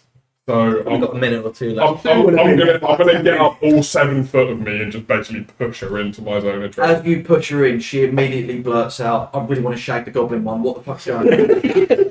I'm right fucking here. I'm gonna let out like. I know it's been 10 years, but still, it hurts. You don't his aggressive. You just really. I'll let out a ring. He doesn't bring a smoke, but a love heart like between the two. The goblin and her. She's going like that to you. I'm like, you're seeing me turn back round. You're seeing me like turn round, lift my hat up again. I do. Put my hat back Pringle's on, always looking for and I turn around. I'm like, get away! Get away! First of all, hose, isn't it? Oh. So Can I, before we carry on, can I make an insight check on Freddie's character, please? mate, absolutely. How old is he? How old is he? And depending on what I roll, can I ask you a question? Don't know. Sorry, Yeg has no idea. That's a 13. What is it that you would like to ask me on a 13 insight check? Do you want me to say it out loud or can I whisper it to you? Whisper. Yeah, whisper it. Whisper That's a bit it. fun. I like that. Whispers. I like the fact that this video is going to turn into like, It's going to be so A scuffed. montage. like it's going to be a weird montage of like B-roll and then just us talking. Yeah, it's going to be a black screen for the majority. Virginia is pushed into the zone of truth, blurts out and says, "Is there a reason I've summoned up here? Because I'm very fucking busy. In fact, I was just with a client and Oh my god, it's Raymond. she said, she says, am I really needed up here? Is this another humiliation ritual in front of this fucking idiot?" Get fucked. Although you It could. really was, not even 30 seconds ago. So if I could go back downstairs, that would be great. How much are you, Virginia? For you, not for us. I'll just What about me? Just out of it, I don't want I'm gonna, to. I'm You gonna, little man, off price. I'm gonna put out a pair of like ear defenders from my rugby just one and just put them on. I don't want to hear anything. I'm just kind of like flicking coins around you. Rose before hose. You asked her who gave her the tip. You see, she thinks Keys are about it long downstairs. and hard. You She's don't in the doubt zone of that. truth. She's in the zone of truth. You don't doubt immediately through what's gone on, like the fact she's been called up here. What a fucking easy way to gather information. Like the quarters down to downstairs with the well-to-do men of the world, getting them drunk, sleeping with them, partying with them. You know, this is like the easiest funnel system of information back up to Molly, who is behind the scenes, and then you guys who are going out and doing the stuff. So you see, she thinks about it because it's probably not the only information that she has provided before on other like quests and stuff, and says, well, he was a big gentleman, fucking massive gentleman. He's funny looking thing. He's very. I thought we needed to see the sun a bit more. To be honest. Jebediah. He said about the train. He said it was the last one coming in. He said they'd be coming in and out very frequently, and he said he'd been tipped off that there was something important on there, and then he gave me a sort of wink as if to say, as he walked out the door, he was like, if anyone would know, it would be me, and then sort of gave me a wink. I mean, that was after he fucked the shit out of me, so I can't really remember. Thank God. Just for my own peace of mind, was he like very white, very? Oh, like Snow White, like I'm Snow like a White. bit like I don't know. It looked like someone had like punched him in the face, but like motley sort of. Yeah, I skin didn't want to thick. say anything because, like, obviously, when you're riding on top of someone, they're right there as well. Like, Yeah. it's a little bit intense to say, like, what's that on your face, but yeah. Just for my own peace of mind, is how much big? better would you say than your ex-husband he was? Well, for a start, he didn't have a 3-inch penis. So, Okay, right. That's That not helped. canonically accurate. He's He's 2.5. in the zone. The zone of truth. circumference For 3 inches, in the zone. it's 3 inches for a dwarf. It's like 7 inches for a normal bloke. She goes, yeah, look, he He was very insistent. He said it before we slept together. He said it after we slept together. He said it 3 or 4 times Oh, and so said he was trying to make it known. He wanted you to He remember. wanted you to know that. he said he was like, if it was anyone else, he wouldn't have told me, but I'd given him such a great evening that he was like, So, yeah, no. And you didn't manage to get his name? You just got his cock out. you see, she turned. Have you been in many brothels? In my family, they I don't think names are normally normally go, commonly Hey, exchanged. what's your name? She turns to Molly and goes, Molly, flick through the registry. Monday. He was the last. He was the first one in the door. That's what caught me Came off in guard. on He was the first one in the door, Funny and he bastard. asked specifically for me. What's his name say? You see, Molly flicks back, looks at the page, head in hand, and says, "It says here, Mr. Jebediah J." Yeah. Okay, thank you very much, Molly. So he fucked my ex-wife and he took my business. What a cunt. Take your business. Yeah. These armor's not cheap. I used to have a gold mine and I made a dodgy business deal with Jebediah. And I lost it all. And I feel like I've never Come up. I will actually say, as you are narrating that, we're going to flashback. Whoa! That was the sexiest thing I've ever heard in my D&D life. That was a bit of information question. Well, Here we go. What does Colt Wirebeard's old office used to look like back when he was well-to-do, clean as a whistle, and a thriving businessman? I think it was like half office, half like, because he's always been a bit of a nerd, bit of like an inventor. So he had like his office which was like a desk just full of papers and ledgers and, you know, incomings, ins and going outs and tallying up debts. But that was like the smallest portion of the room. And the rest was like a bit of a workbench lab sort of inventor's station. There's like alembics and these like coiling tubes with like different coloured liquids in it. And I literally make my PA do all of the actual money coming in and out. All I want to do is use the gold I get to do research and try and build some stuff. So at this moment, I'm probably like leaning over like a boiling tube, boiling some like acid or whatever, dipping in some gold and some different metals in there, trying to improve upon my armor design. You see, as you are working away in your office, your PA, Old Man Jenkins, knocks on the door and goes, "Sir, Yeah, come on, Jenkins. He, very, very, very elderly gentleman. I mean, being a PA for you is easy because all he's got to do is count the books. You do all the handy, well-to-do stuff. Like, you know, you're the one actually doing the hard laboured, like, scientific stuff. He just counts the books. So as he comes in, he says, "So, you laid out some pretty important news.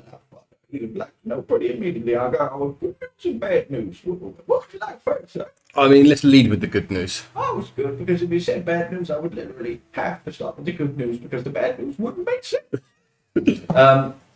He takes a seat in a chair, pulls out a massive fucking dusty tome and puts it on his lap and goes, "Well, sir, the good news is we are making record profits. Our revenues for this year are at an all-time high. We are currently turning over 10 million gold a month." Amazing. In that case, remind me, I need to speak to Virginia. I think she needs a new dress, new rings and stuff. So we'll have to. Well, sir, it's funny you say that. Very, very funny indeed. And I must reiterate, don't shoot the messenger. I am just your PA. But there is, I did enter with bad news, obviously. So there were bad news. The bad news is, the bank balance says 0 and your wife has left you. Explain. Why does she leave? Well, she left me a hastily written note, and it says, "Dear Colt, your dick is small. Me and Jebediah have robbed you. See you later." I mean- Didn't take her very long to write it. I'm not. I know, hastily written and about 6 words. She actually wrote it. Gently wrote it in front of me. I actually gave it. I feel a bit bad. I provided the pen and the paper. I didn't think. I thought she was leaving something. She said it was romantic at the time. Did they? I think I pick up like one of the glass boiling tubes and like lob it against the wall, and then like whatever was in it like explodes and it blows up like a portion of my office wall. You see Jenkins go, yeah, well, I thought this would be your reaction, sir. So there is one more good news I forgot. There was $5 left in the bank account, and I bought this. And he pulls out a muffin. So now we are broke, but you got a muffin. Thank you, Jenkins. But yeah, that's not to deteriorate from the fact that your wife has left you. He left you. And yeah, Jebediah's got all the money in there, so. The money, the deeds, the Now that I mining stand rights. here and think about it, how are you going to pay me? You see, he takes the muffin back from you. Be my last muffin. My last paycheck. Jebediah, me and you, we've been through a lot. We built this from Jenkins, by the way, Jebediah. Jenkins. Sorry, Jenkins, mate. We built this from the ground up. Ever since we were panning for gold in the you can have the bucket. Yeah, ever since we were panning for gold in the rivers by the canyon, on the edge of the new frontier. We started out with nothing, and it was through my genius and your hard work that we got to where we are today. We'll start again. We'll make it back. I'm sure we can go and find some new mines. We can, I've got a couple of stuff here I'm working on. Maybe we can, use some of my new magic to help find us some gold, and we start again. Me and you. You see, as you've been giving this like heartfelt speech, he has been like writing something on a piece of paper. But as you can tell, he's been like eating, like listening, like half looking up, listening to you, like talking, right. And as you finish speaking, he rips it up and goes, "Sir, that was beautiful. Honestly, I have no words except for my resignation. There you go. Anymore. Unfortunately, I just don't see how this is gonna work out. I gotta leave. That was my last month. I tell you what, before I go, I do like so you've always been good to me. Mr. Jane, I was looking through the book, and he seems to have ripped a page out of the book. He seems to have taken some schematic. One of your mines that you were looking for, there was a mine you were thinking about building in the old frontier on the other side of the Great Fissure. It's not in there anymore. The schematics, the paperwork, the land rights, it's gone. Was it a gold mine or was it something different? No idea.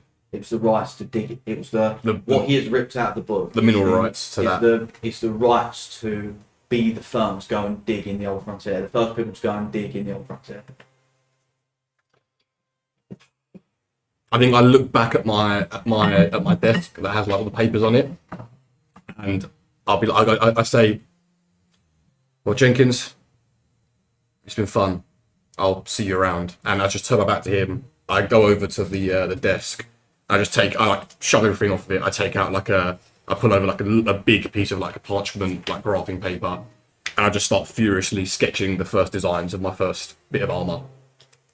And I'm like going over to like my invention stuff. I'm like taking out like these magically enhanced gears that I've started building that I was going to use for the mining rigs in there, and I start repurposing it all. And by the time, like, you just see that the sun starts to set in the background, and by the time the sun has set, I've built like the Mark 1 first version of my armor. Fueled for the first time, perhaps not by ambition or money, but instead vengeance, you begin work on Mark 1 of your armor suit, and we rejoin the current day scene. Virginia seems to have said all she knows. She's communicated everything, and the phone on Molly's desk rings again, and she picks it up and goes, "Oh, Dr. Freeman, it's so good to speak to you. I'm really, really, really sorry to call at such a late hour, especially for you. Remember that favour you owed me? I'm going to call it in now. I've got some gentlemen who are extremely desperate to walk around the museum and have a look. Do you mind if they come over now for a private viewing? You're the best. Thank you so much. And we are even. They'll be there soon. Okay, thank you. Bye bye. Bye bye. Bye bye. Puts the phone down, and you see that earlier when you came to the room and Molly was like picking up a piece of paper and walking around. You see she's been reading the newspaper that you guys have been reading, and she goes, "Okay, we know almost nothing, but we now know that Jebediah is behind this to a degree and wanted us, or didn't care to know that it was him. So we're going to have to call his bluff. He's going to be at the museum tonight. It's got to be. He's opening day tomorrow morning. He'll be there throughout the evening at some point. So the quicker you guys get over there, you'll probably catch him off guard, I would assume, at least. Maybe you could even get there before he is there. Dr. Freeman, he owns the museum. He's a curator. He's going to help you guys. He'll give you a tour. He'll let you know what you need to know. He's a good guy. I can vouch for him. You see, Molly is kind of like, this is her this is what she does. She makes makeshift plans on the fly and is just trying to now like level with you guys. And it's now like collaboration time. The wheels are back in motion. First plan is done. New plan.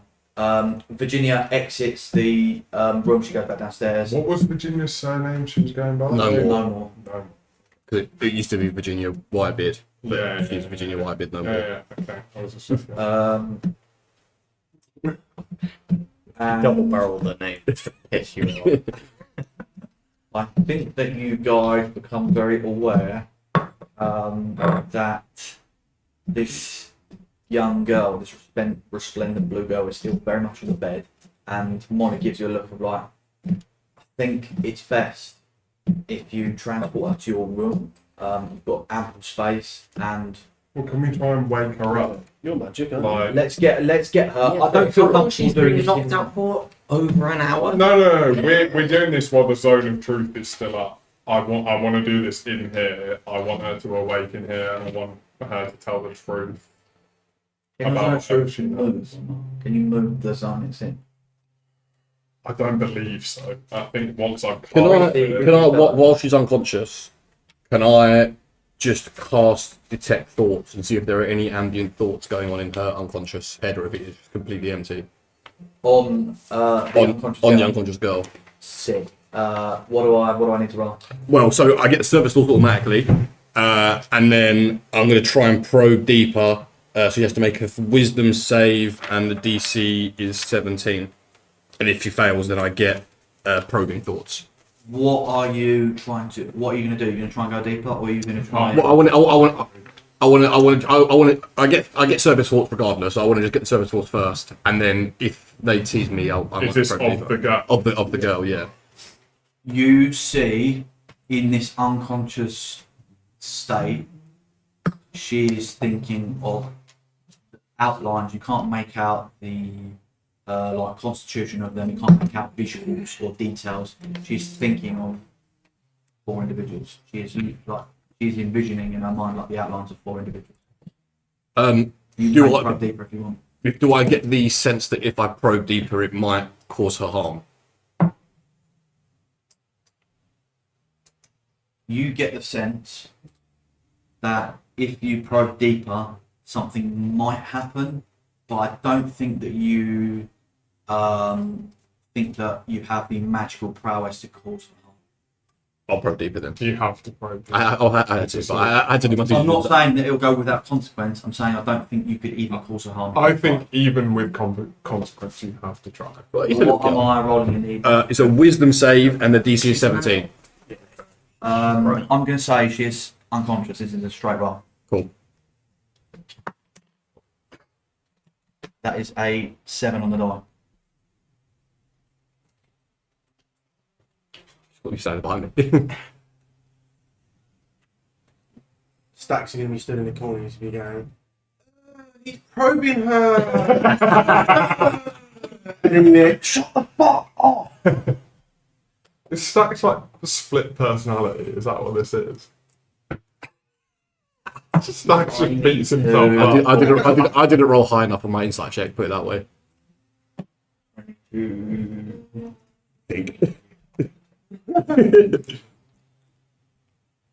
The problem that I've got is that like above table at this point. The problem I've got as Luke Is that you've got £1 million bounty on your head for No. horse racing? is that Jebediah Jang is way too bait. It's way too like Jebediah, like this bad person tipped her foot off, blah blah blah, whatever. It's way too like, okay, in your face, like bad guy. There was one guy watching us from the other side of the thing. I'm like, Well, I think I know who the guy watching us was. oh really? Not me, not my character, me, Yan. But Yan personally. Well, the point I'm basically making is like, okay, Jebediah is Okay, I'm bigged going to up. go for a piss before my drink, and then I'll tell you what you think. Jebediah is bigged up as this Do a piss break, all. because I'm going to go right after. No, if you want, You if can you want go to go upstairs, you're more than welcome to. Just close the doors behind you so she doesn't run out. We can put the pieces in whenever you want, like. Oh yeah, we I think got if two do pizzas, two now, bar. then there's time for that prepare later as well. Yeah, no, I was thinking. yeah. Yeah, sure. Go on. Just so you know as well, like this is like the most time you have all spent with Stat in like one big long Yeah. go.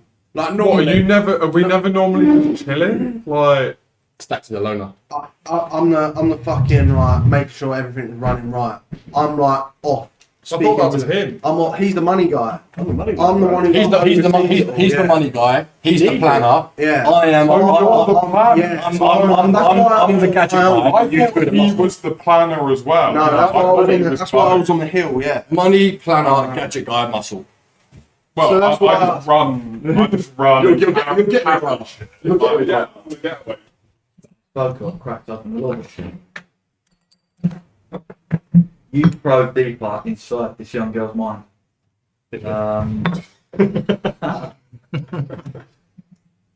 You you see the detect's thoughts spell take form in a way that you probably haven't done in the past. Instead of gaining information in the traditional, probably transactional sense of that is what that person is thinking, and that information is transitioned into your mind through arcane matters. You touch this girl with your mind, and Yeah. Just only take out the meat pizza and then put 2 minutes more on. you feel for a split second, because the spell's not meant to receive it, but naturally by proxy of touching her in a magical way anyway, you see that her wealth of magic is endless. There is actually no physical bottom to her magic. This has to be the most powerful being walking the face of Cthulhu, like just like I've called it Cthulhu, but fuck it. Like it has to be. You've never seen, this is a popular town where big swingers come in and out. Like you've seen prolific. Stax is a prolific wizard. You've seen other decent spellcasters. This is something. They don't hold a candle. It would be like the ocean next to a swimming pool. It's insane, and that registers upon touching minds arcanely. You don't learn any information. You see an image. You are in a. You are in the sky. You are way high in the sky, looking down on beautiful, flourishing green lands, forests, lakes, trees, a healthy, growing, beautiful land. You see groups of people moving.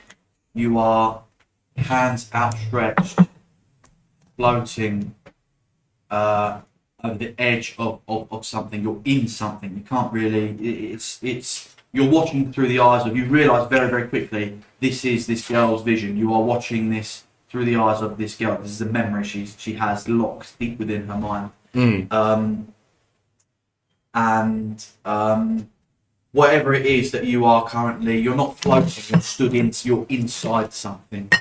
And whatever it is to her, she is not concentrating. She's just focusing on the idea of being so free, so carefree, so happy. this is probably the happiest memory that this girl has ever had. She is arms outstretched. You are her. You are so happy right now. Your arms are outstretched and moving sort of into view. You've been looking down at these, flourishing lands. You see a woman. What you now realise is actually stood not too far in front of you. Turn around and bend over to put a hand on your face. She is blue, much like the young girl in front of you is blue. She is I would, as a DM, go to describe this woman to you, but it would be better for you to picture her in your mind because you have no doubts that whoever's seeing this woman is seeing what they wish to see. This is her idealisation of this woman. You have no doubts that if it was Colt Whitebeard or Stack or who else met this person, that would be the only way their mortal mind could perceive who this person is. That is the way that she is received by them visually. She leans in to put her hand across one side of your face, kiss your cheek, and you see the memory fade. Yeah.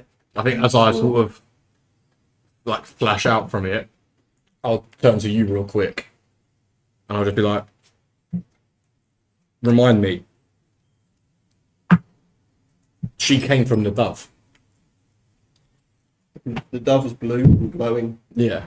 and a shield protected me from the blast. And then transformed into the unconscious woman she is. I had a vision, or she has a thought of a memory of hers that I've managed to tap into, and it seems that she was flying over. Do I get a sense of time of how long ago this memory was? You think about how you had to probe, you had to roll to get that memory. You had to probe deeper in her mind. You get the sense that when she wakes up, if she wakes up, she might not even remember that memory herself. It was that long ago. You have just unlocked something that maybe she would have even had to have access to. I have a theory, but maybe it's best we wait for the doctor to try and wake her up. The doctor's trying to wake her up in the house. That's what we're sort of going to do. See the doctor to. Molly is starting to not get agitated, but she's like, right, apparently it's starting to formulate, but this young girl, I don't want her in my office. People actually do come in and out of it. I love Raymond. I trust everybody who works here, Virginia or otherwise, but everyone outside of this wall is now an enemy of the state against us. Let's get her in your office. Let's get her more comfortable and acquainted in your guys' room. And to the museum we go, I think, anyway. Before we go, looking at her now like unconscious, is she unconscious due to magical means, or is it like a fatigue, exhaustion kind of thing? Give me a medicine check. I'll just pick her up as Young's. Left thing. I get no bonus to this. That's an 8. Difficult to say. You've never seen someone be this fucking just starco for such a long time. Where's Luke? Sorry, pizza. There's something about pizza. As I pick her up and carry her to the other room, I'll use my telepathic skills and speak to her and just be like, but introduce myself very nicely, be like, my name's Schmuck, don't know who you are, what you're doing, but he's just saved me. Please wake up and you need to help us.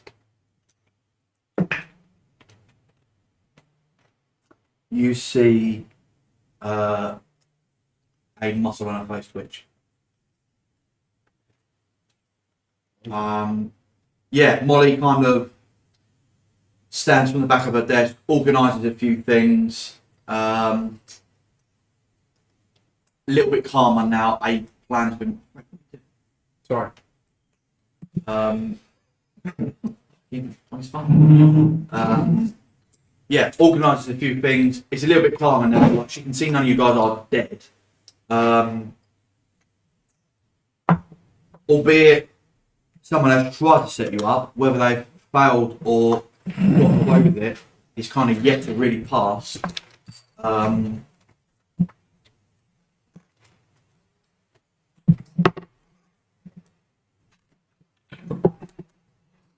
Oh, so sorry, I've just got to say that flow. Where are we heading to now? We going to the museum, or we So going? Molly suggested that you move this young girl into your quarters. Yeah, that was it. Better. Better. Can I- And then you've been.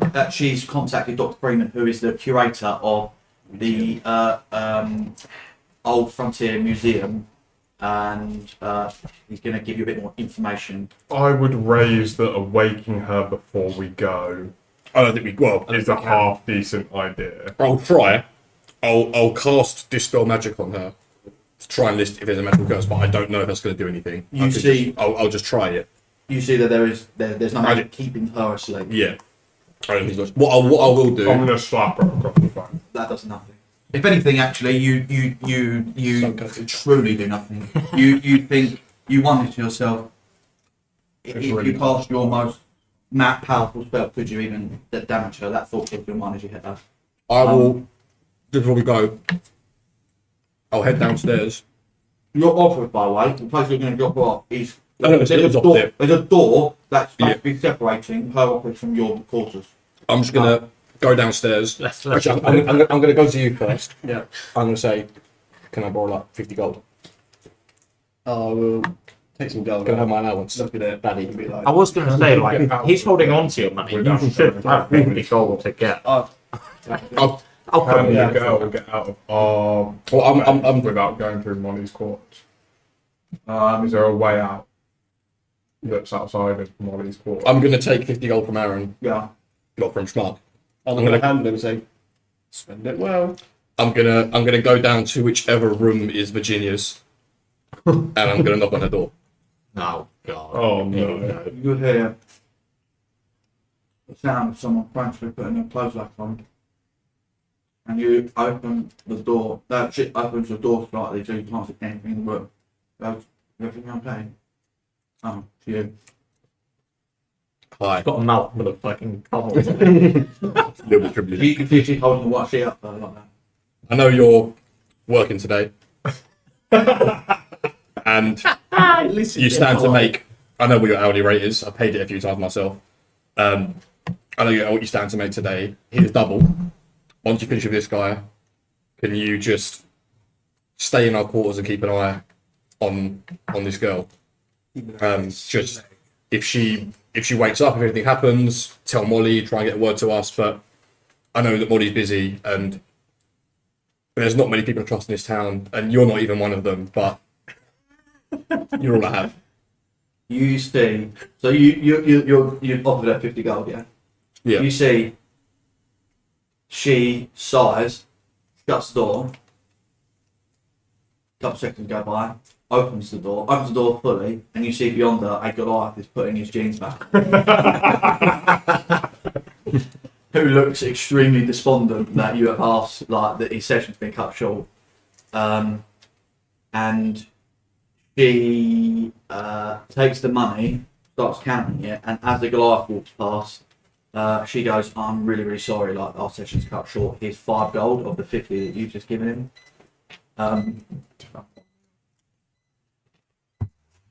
It's him. You said it not. I was busy. When you look up, you're like, Live. what? That's going to go wrong. Sorry. Come back. Carry on.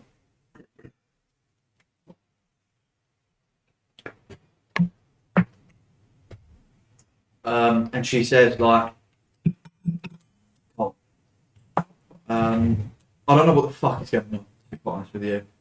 You're annoying me. I don't want to do you any favours. I don't like you. I don't want to be around you. But I'll take your gold and I'll speak to Molly and I'll do as I'm told. If she agrees that I should do what you're asking me to do, I'll do it. But otherwise, this is it. This is the last favour you're asking of me. Now, get the fuck out of my way. I'm going to speak to my boss. And she moves it out of the way, and begins to head down the corridor back to the office. Who has the girl, and who is going into your pad? I'm picking up carrying At it. this point, I'm just gonna be like, Yeah, Fucking I'll put her be in there. with Aaron. Like, they're poking. I'm trying to like dodge the poking and like, So you guys enter. Who's entering? Like, what's the walking? I would say I think I would be there. you'd be what? As in, you'd go through the door. Well, I wouldn't I have would say gone, I I'll- wouldn't have gone down with him, so I'd probably Yeah. just stick with him. Hey, I would say I would go through to our quarters first. Can make me a Constitution saving throw, please. Oh, wait. Yeah, how I'll fucking close? count. How close am I to him? 5 feet away. Okay, perfect. What was it again? Sorry, say it again. Constitution. Wait. So before you roll anything, you're gonna have you can have a +4 to your con save, and then because of warding bond, do you not get something as well? No, just Oh, and a +1. Oh, So you're gonna have a +5 to all of to your con save. A +5 to my con Yeah, save. Well, you're gonna have a +5 to your. you con probably save. already have like a +10. You have a +7. So you get a +12. I've got a +12. on my con Natural one. save. He's a fighter, so it's probably Oh, God. anyway. So that's 17 + 12.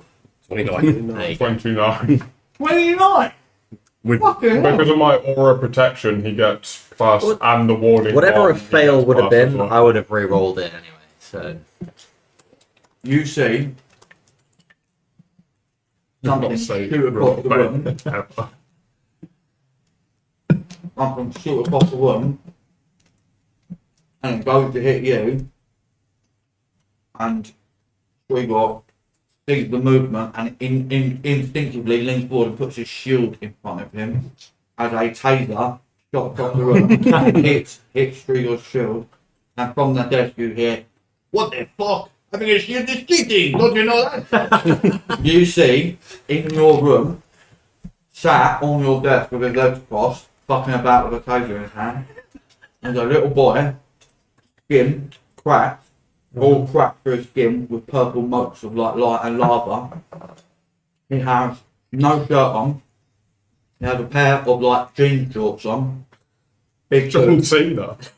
big boots, like army boots. He has a World War One helmet on, oh my Jesus. and has a little sack around his back, like a little burlap sack. Yeah, wearing a World War One helmet, a little like a burlap drawstring sack around his back. There's a page on his hand that he's just shot. Motes of purple light that are like it looks like if you was to like cut some like a human being up with their scissors, and you could see the like blood like running through Sort them. of frayed. Like Almost, sprayed yeah. human. He looks like that, but with purple energy. Like Is that, pulsating is that, through him. can I oh, what's the, can I hit an Arcana check on it? In a moment, yes. Right. As you like enter the room and this has happened, and he stands up off the desk, you see he jumps down from the desk, goes to walk over, and in the moment that he makes out that you're holding her in your hands, a bolt of purple energy shoots out from his chest. A bolt of blue energy shoots out from her chest. They collide in the middle of the room. She goes and wakes up in your arms. the boy lives. I chucked some eggs for no reason. I gave him 50 gold for no reason. Sweating in your hand and goes, "Brother, what the f- like, where am I?"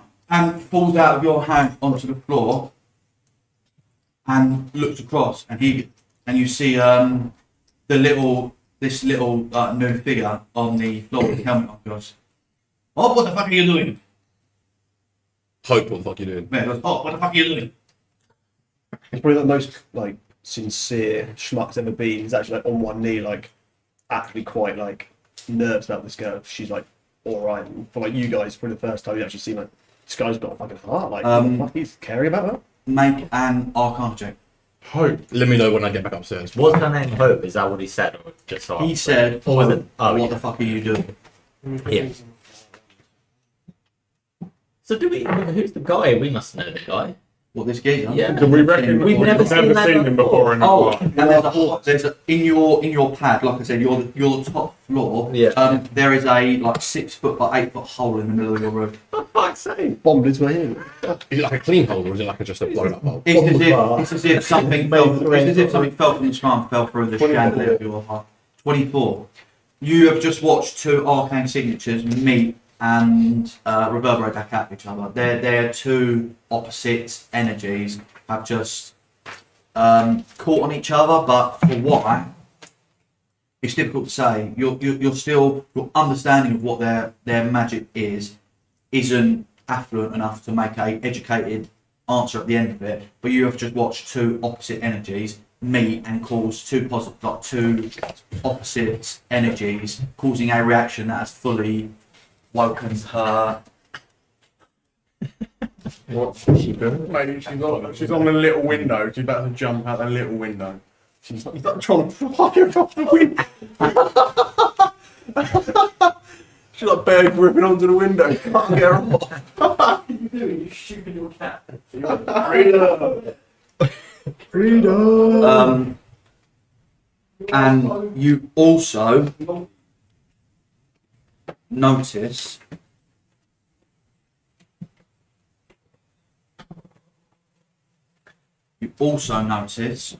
that connection of purple and blue energy, there is now the faintest glow of blue on him, like the faintest arcane trace of a glow on him, and the faintest arcane purple glow on her, as if a connection or like a bot, when you see these 2 like cast warding bond on each other.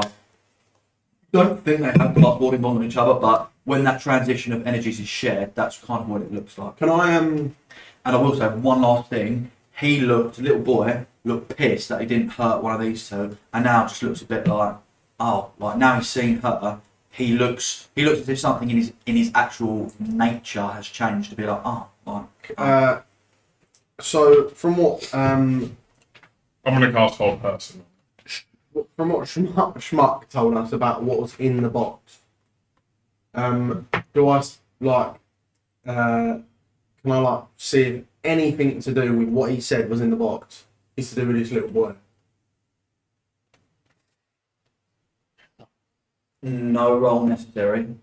Around a string, around like a little drawstring on his necklace. One like a necklace is a little bullet on his chest. Oh yeah, Hold Person. Yeah. Immediately, I'm Yeah. casting Hold Person.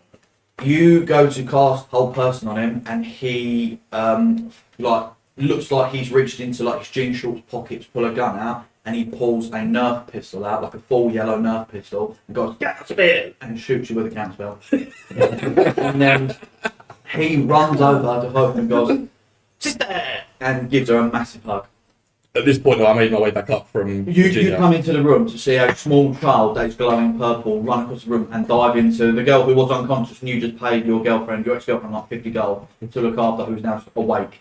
And she's like, "Oh my god, like, are you okay? Is everything okay?" She's like stroking his face, and she's like, what happened? She was like, I've awoken in here, and you're here. Like, have you been? Do you know what's gone on? And you see that the little boy, who she hasn't actually named him yet, but I mean, you guys have a little concept as to who he might be. He goes, "I don't know. I mean, we were.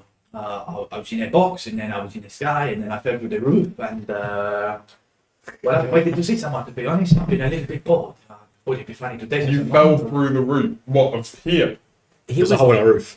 He was in a That box. wasn't there before. He was in a No, box. no. There Oh, is a- okay. It looks like something. When you said there's a hole in your roof, I thought there was just always a hole in It's a our little roof. skylight. No, dude was in a box. He and then he fell through our roof. I was in a box, then I was in the sky, then I fell through the roof, and to be honest, that was it really. Why'd you say it was cheating that he used a shield?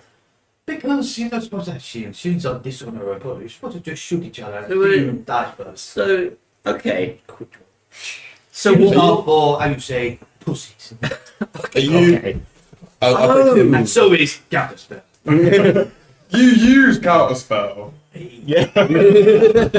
I'll say to him, "Are you okay? Are you in pain? Are you hurt?" A little bit later, and you see he starts like stretching like this. He goes, "No, I'm not. I better, and he actually, on that question, are you okay? He actually, whether he probably means to or not, he actually faintly glows slightly for a second, like goes like that. And he glows slightly around that traces of his body, not like the purple is in him, like it's part of his being. The outline of him gently glows slightly blue, and it goes back down again to almost nothing. What's your name? Well, you know, they call me lots of people, they call me lots of things, they call me the Destroyer, they call me the Herald of the End Times, they call me the First One, they call me a pain in the ass, but most people just call me War. War. Yes. Not very difficult to remember, to be honest. So, okay, he cheated by using a shield. What did Shields he are a cheat little at? bit Like, gay. Be just, honest, shields are a bit gay. I totally understand where you're coming from. But there is not a game necessarily, but you believe he cheated at something. What did he cheat at? Death? War? Or you make an insight check. Oh, fuck. Where is my insight first off? I keep forgetting. That's not good. That is a 16. You see something you just said he did not like. You see when you said death, you said, did he cheat death? You see he audibly like takes a step back and pulls out of he puts his hand back into a sack and pulls out like a full Browning and goes, "Oh, what the fuck? Is he here now?" Well, no. I'm not going to say death, but death? Is you saying death is here? Please stop saying his name. I will stop saying, is it in vain? I'm not going to argue. I don't mean to offend. It is a bad thing to say. Okay. Let for you, me never say it. You, Okay. you be.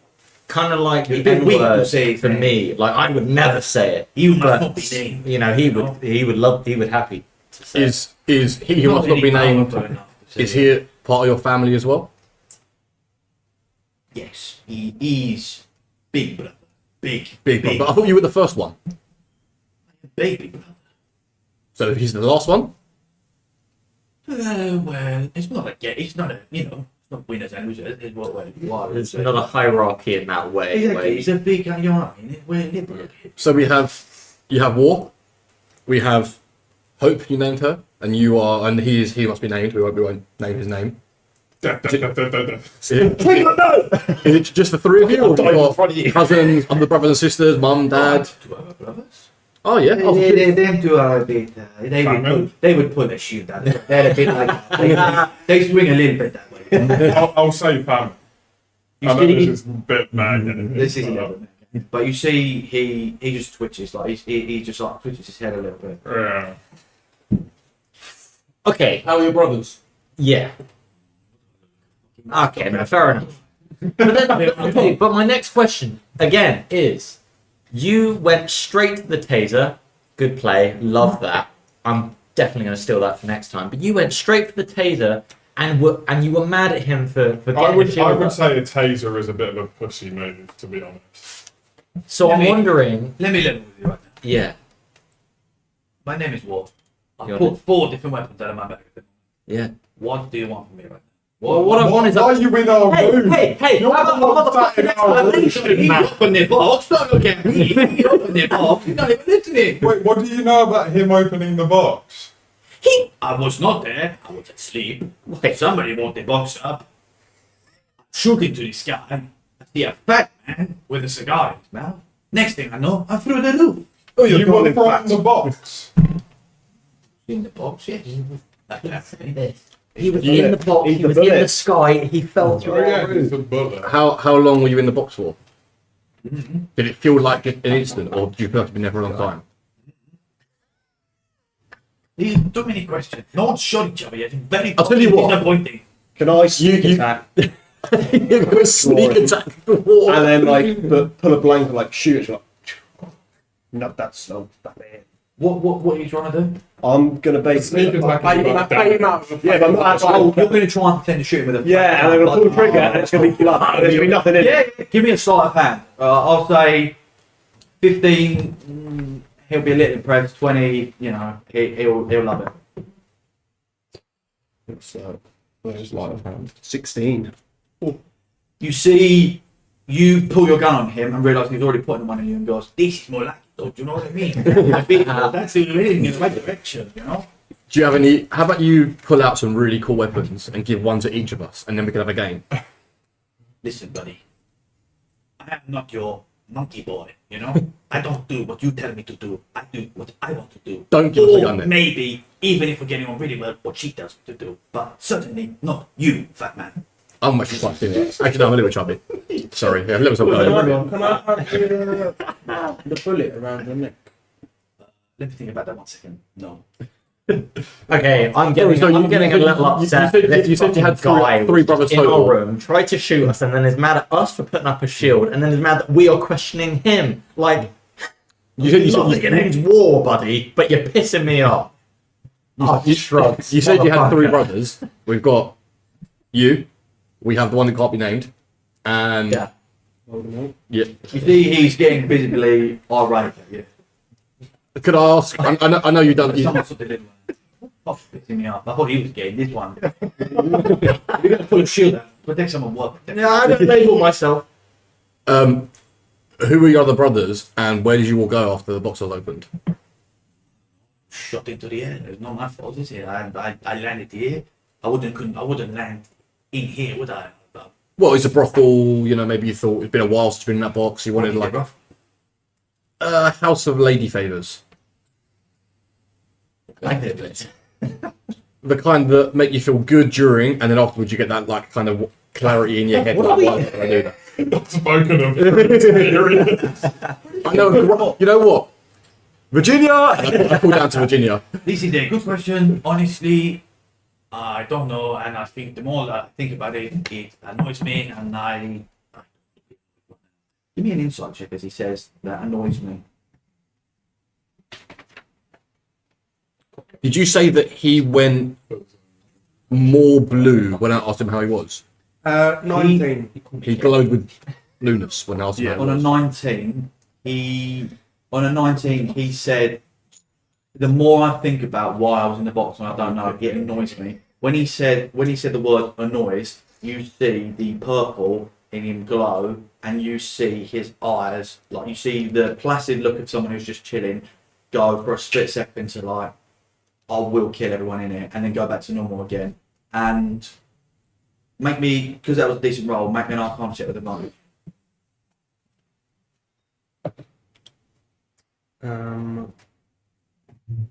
Okay.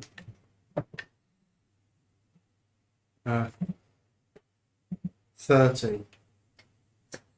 He has a plus. 13, and I rolled a 17. Yeah, it's a plus 13. You recognise right now, as you're looking at him and he does that weird thing, you're like, what the fuck? You actually, in your peripheral, watch Hope kind of like panic on her face for a split second and realise that these two, in sort of conjunction together, like in their each other's periphery, she is levelling him out. If she wasn't here, you'd all be dead. You would have all been dead.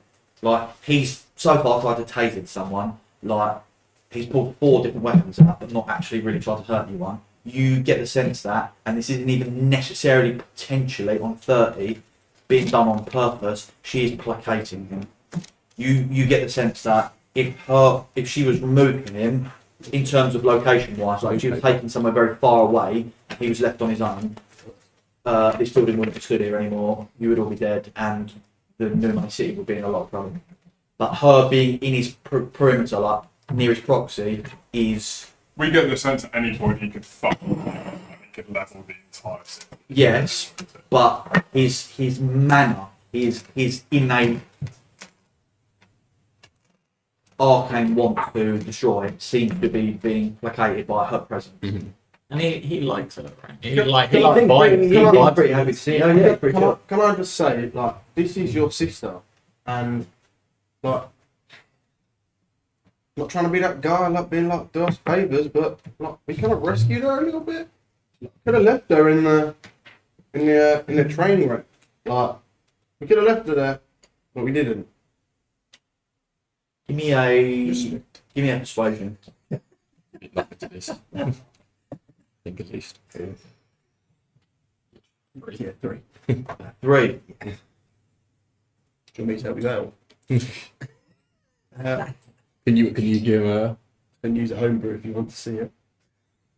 I'll be honest. I was going to use a homebrew as well.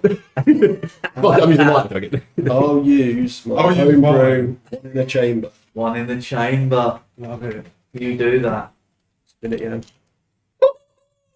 Okay, let's say, before you pull the trigger, read 1 in the chamber out I loud. was going to say, can I get this read out loud first? Twice a day, you may attempt to replace any role from any player at the table with this ability. Upon activation, you will unload a bullet into my fake gun, spin the barrel, and if I shoot it and it makes a bang, it will register as a nat 20. If it's a blank, we continue as usual.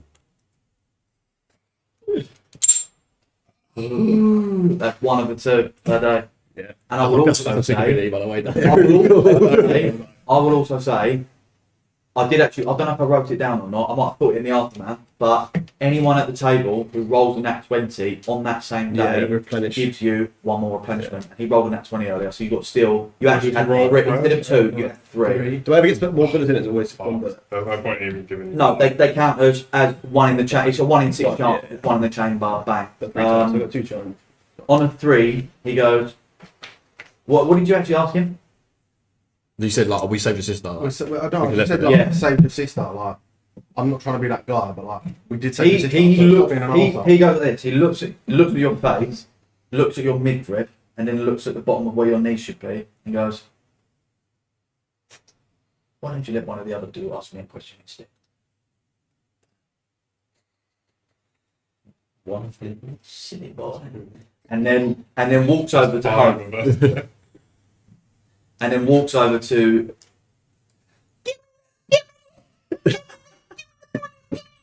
He goes,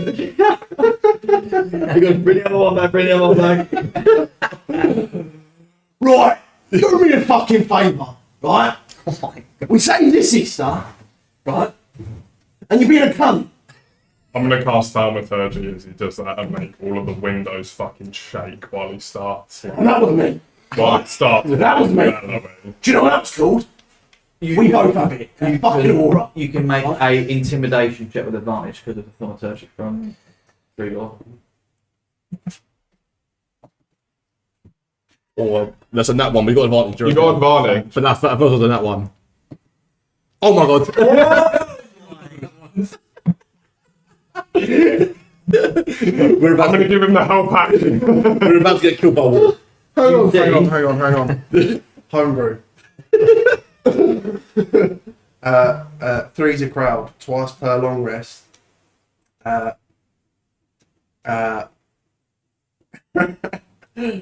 One for each goblin. Oh my god. I can call one of them Did you not get it to with the... give me the help I have action, something different in my head. or to another player. So I open up my trench coat, and you see 3 goblins stacked on top of each other. Like one's like the bottom, like holding the legs up, like that. The other one's like, and the other one's at the top, and he jumps off. The middle one jumps off, and he jumps back onto the bottom one's shoulders, and gives him the help action. Yeah, for it. I roll. Oh, yeah, go on, roll another one. 17. You see, he watches all of that, the whole opening the coat up and restructuring, and Literally playing 3 goblins in a trench coat. Yeah. I was like, does his hat? It's not. I thought it was split personality. I thought he was flicking between personalities. You've got split personality. Is that something just that you have, or does your hat like change with personalities in control? And he was like, neither. And I'm like, well, I didn't want to find out touching nobody else. So I have to take it. Well, his name is Stacks. Oh. Oh. Thank you, I'm so fucking hot. Sorry. I don't know if you've got much. You get chucked like that. he says, "I tell you what, you are the least boring person in this room, barring you, of course. So I will, after I've spoken to my sister, give you something. About that. Sounds like a deal. Excellent. He goes over to Hope, who is still on her knees, and she's like, "Are you okay? Like, what's going on?" Um, Don't know where she is. and he says, Know where she is. Oh no. "It doesn't know where to go, is it?" I don't think so. The window is shut. She's lost the cat. Sure, upset, sure. No, she didn't anymore.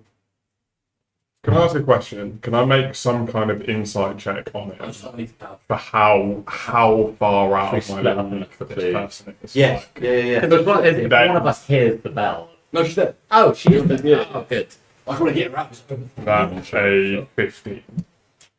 What? Sorry, what is it you want to know? So if I was to cast any spells, it's just getting counterspelled at 9th level, and no matter what I do, I am just there is no point in me trying to.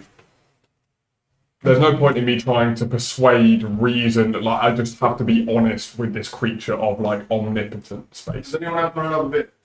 You Please, thank you. I'm okay. on a 15 insight check, you are looking at one of the 4 horsemen who, so far, doesn't want to kill you, and actually has been quite receptive to you guys, and he looks especially pleased and keen to see his sister and speak to his sister, who actually stands, even on a shit roll, did say you did technically like save her life. Yeah. So you actually looking at this situation, it's gone in from someone's tried to taser you to He's kind of chill with you've it. landed on your feet, and it's actually pretty sweet. Like Okay. you think the more that you try and like cast shit on him or do things to The agitate worse him, we're gonna be. it's like it's actually not like he's even trying to withhold it in the first place.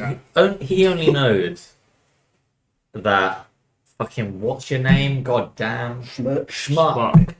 He only knows that Schmuck was in the train, right? Yeah. He was like, I was in the box, I saw this.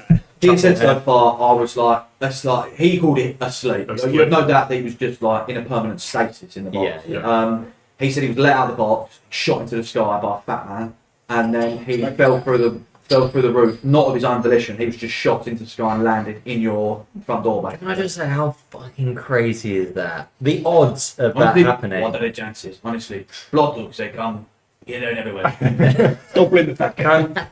Can I make a check to see if I remember vaguely what directions these spires went out? Can I make any kind of check for that? I'm gonna say I will let you do it, but you're gonna have to do it at disadvantage because there's no way you would have been looking for that. Do you know what I mean? It would have been a reactionary bare glance. I might as well do it. What am I rolling? Like,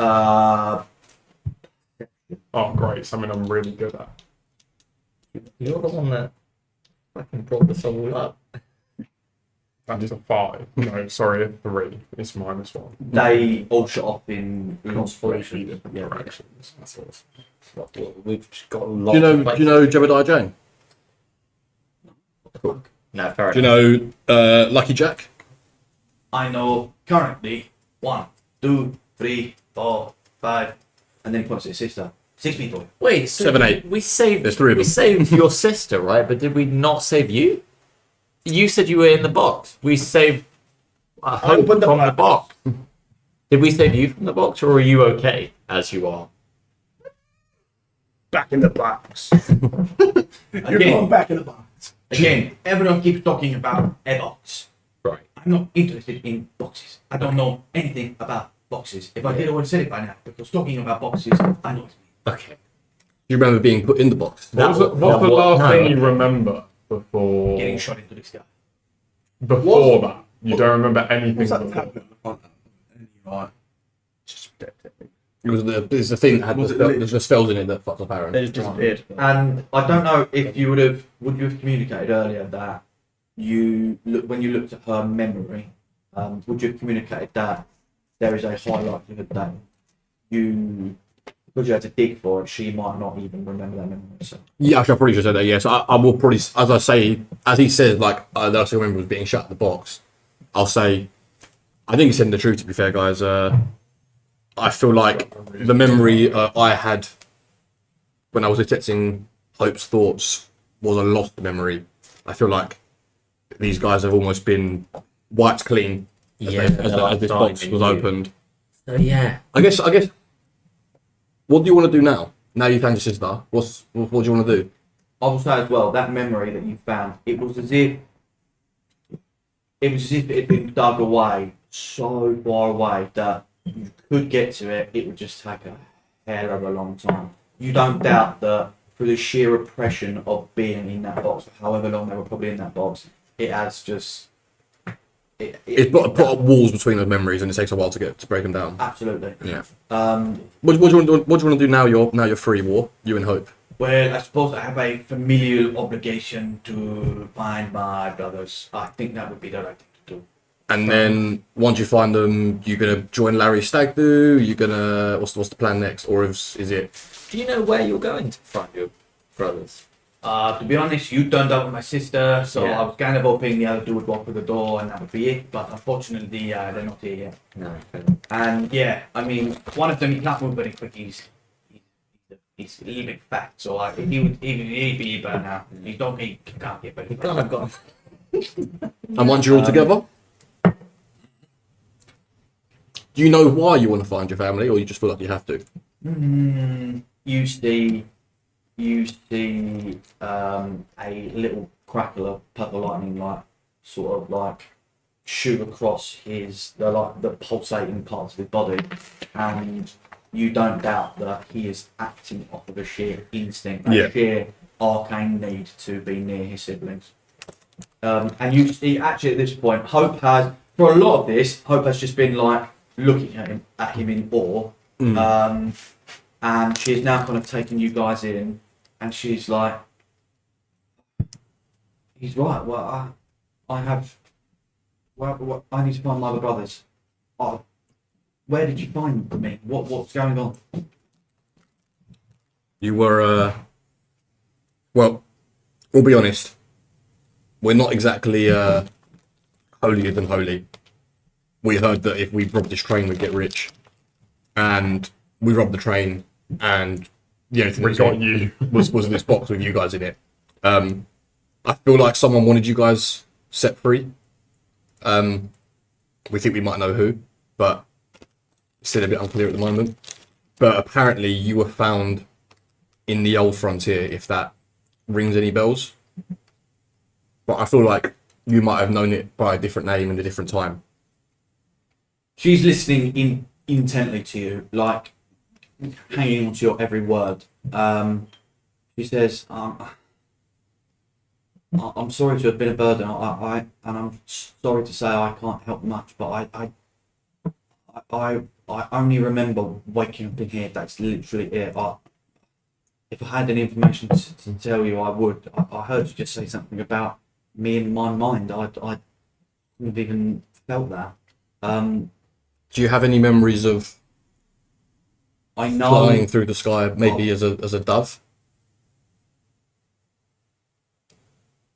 I I don't- know that I can become things, animals, shapes that I choose to become, but that's not a memory. It's an understanding. It's in me. It's like standing up or sitting down. I can just do it. It's not a memory. As for what you're describing, I'm just so sorry. All I know is that I am here with you. I owe you all a great boon, but I need to ask you one more thing, and that is, I must find my brothers. Like, I'm so thankful that we found War first, because I can't imagine what would happen if it was anyone else. I don't think we're in any position to hold you here against your will, but before you do go, can I just see if this rings a bell in your mind? And I'll say to her, woe, woe, woe to the girl, my girl, who looks upon the four horsemen of the apocalypse, and see if there's any recognition in her head. She turns into a demon. I'm gonna have my aura protection up if you're saying this. You say that to her, and I'll tell you what. Well, the world ends. Campaign's over. Yeah. Well done. The Yeah. wild lands are battered. The United States of States Sundria of are Sundria are done.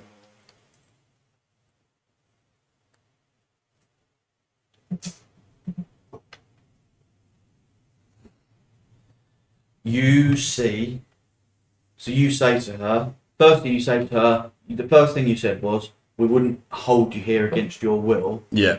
And then you repeated, whoa, whoa, Yeah. whoa to the girl, my girl. Yeah. You see her initially say, hold me here against my will. You wouldn't, like that. A bolt of purple energy. Again, there's, like I said before, this thin thread that's been conjoining with them. You see it alight on her. Like I said earlier, how that blue faint glow came up on him. This purple glow comes up on her, and you see she bugs out for a second and gets super irate.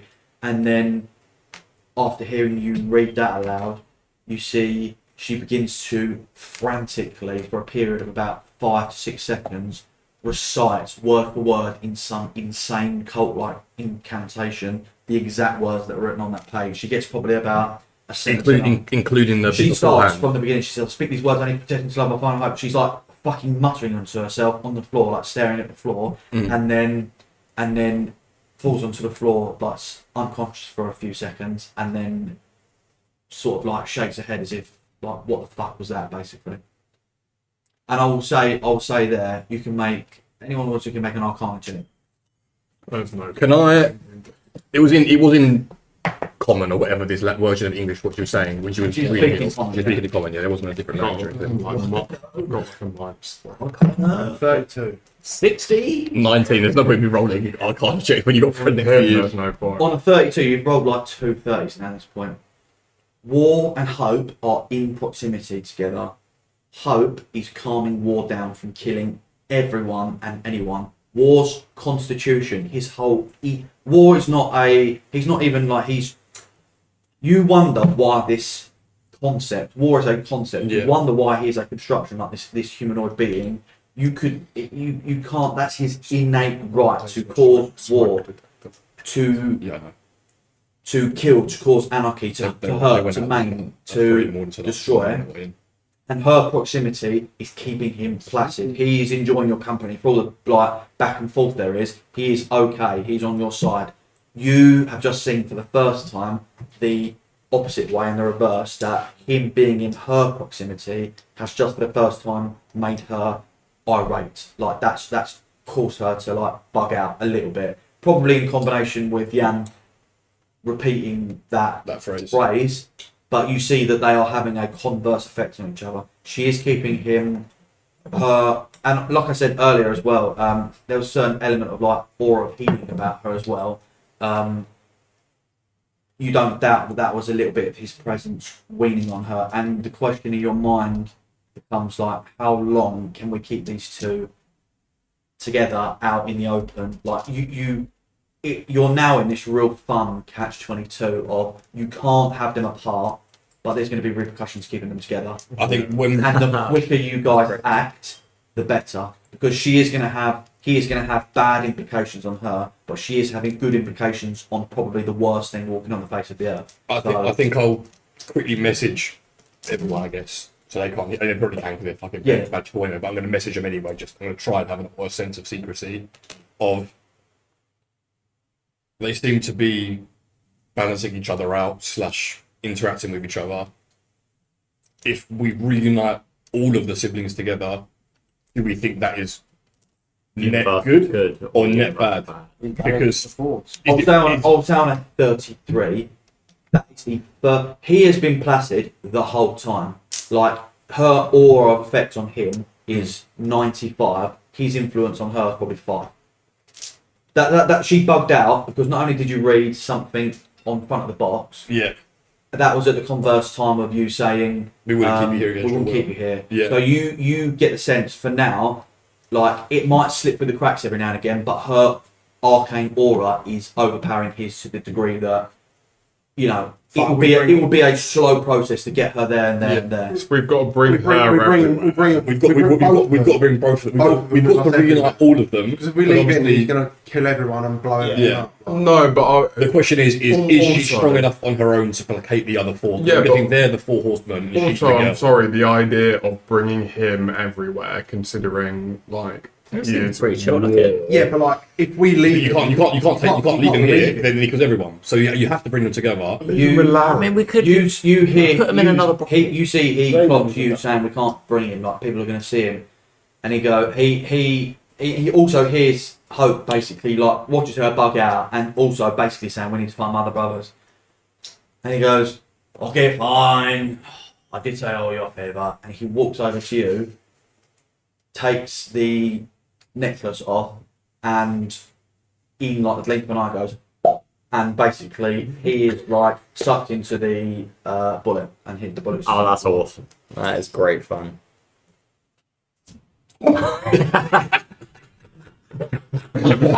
You just eat it.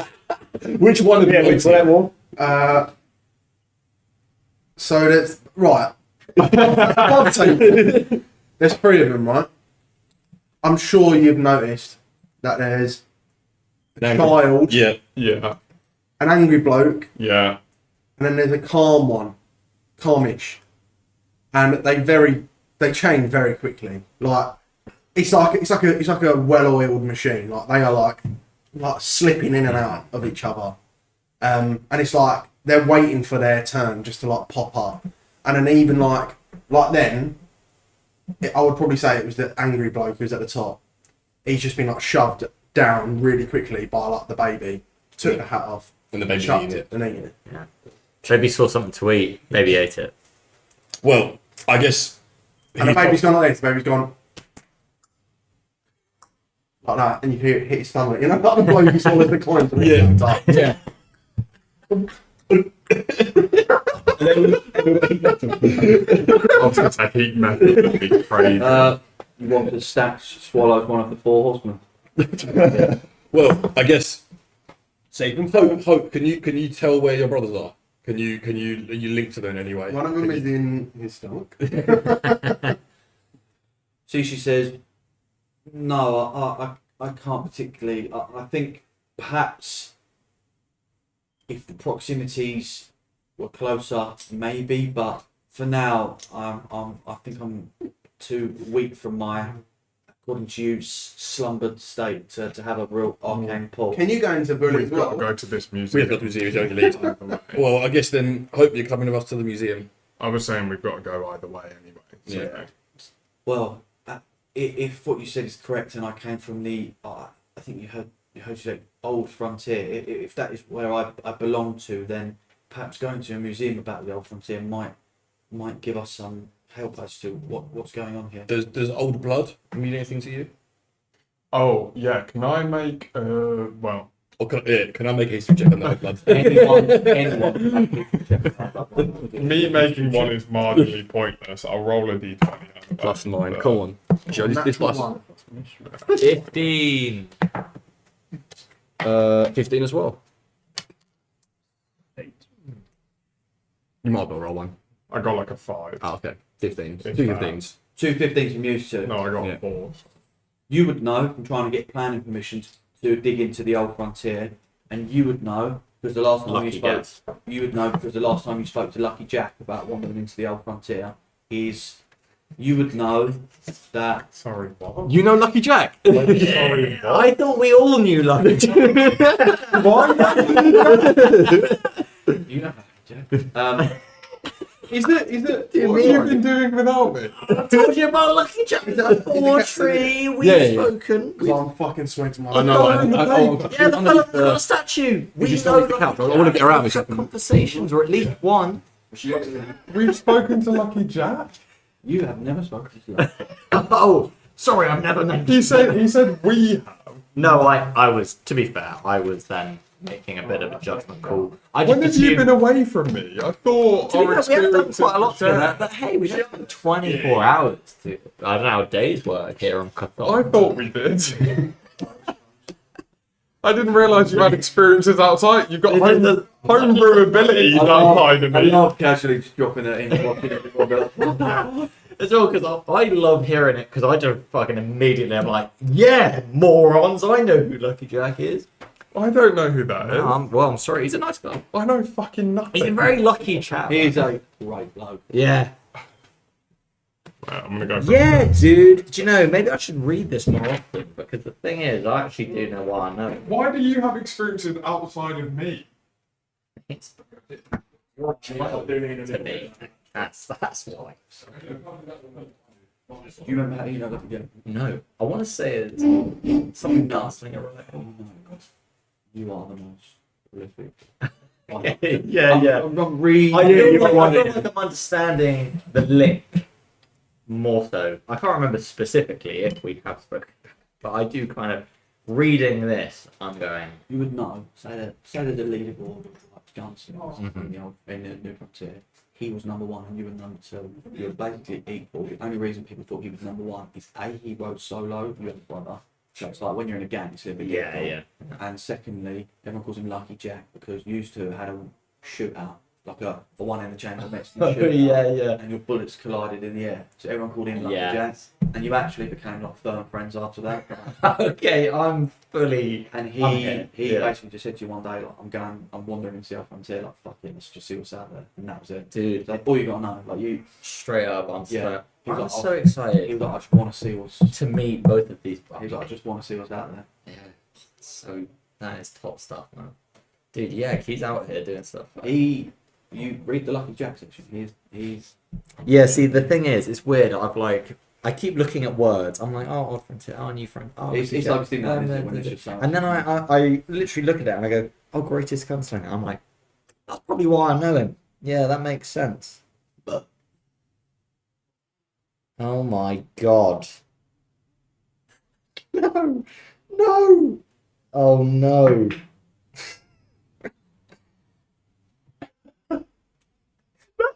Yeg falls to his knees. He's crying. Dude, the thing is, what's funny is, I wish we had newspapers about each week in D&D. So like we could just read it and go, that's what happened. Oh my god.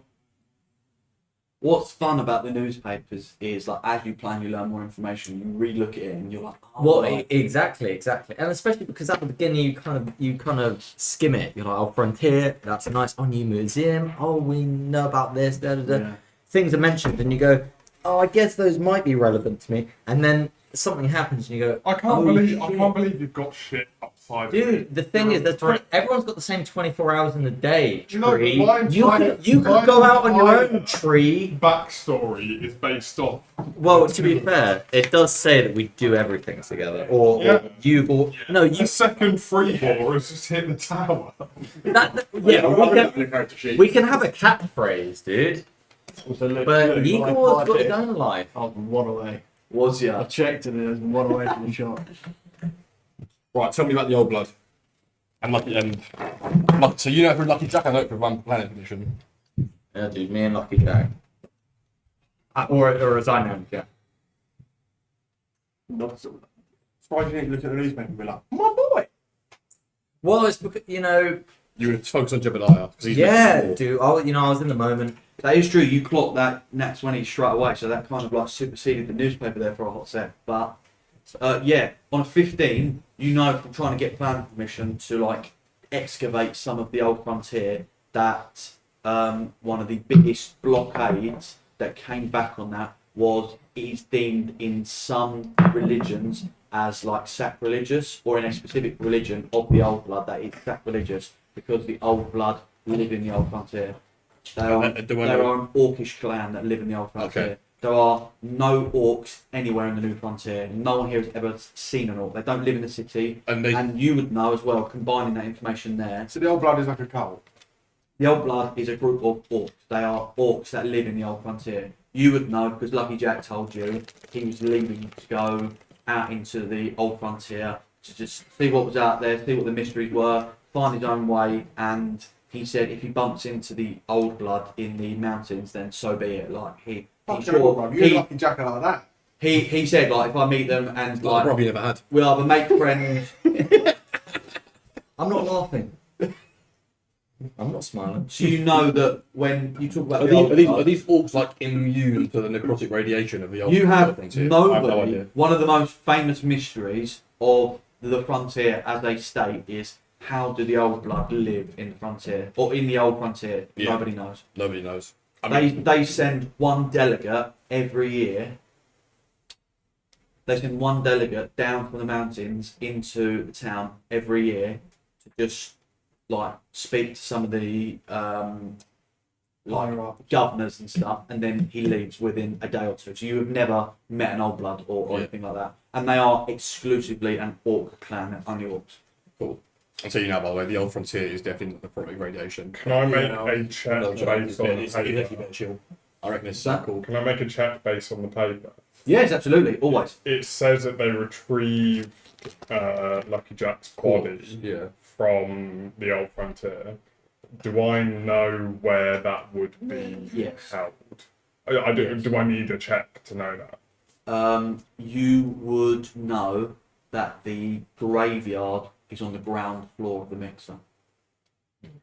That he would be kept, and he's buried. His funeral was 6 months ago, Yeah. and you all attended his funeral. Anyone up for some grave digging? We got to go to the museum first, 100%. But I we have a time limit. yeah, because he's going to come Yeah. tonight to get ready for the thing tomorrow. So That's we go to the museum now, and I'm down for some 2 a.m. grave digging. I mean, it would Oh, be it would be very on brand for Jack to somehow not be dead when everyone's buried. This is the thing. That You know what? seems. When I see him, I'll say I mourned him, but actually, Can I, from what I know of the museum, or what we might know of the museum, is it somewhere like, because obviously we're thieves and robbers, like we obviously haven't ripped it off before, but have we ever thought about ripping it off? And do we know anything about its like defences, or we ever staked it out as a place where we could go and steal things from? I Do we know? I don't think you'd have ever robbed anything from it, Yeah. purely because it's like when one place is solely dedicated to trying to actually answer the mysteries of the old frontier,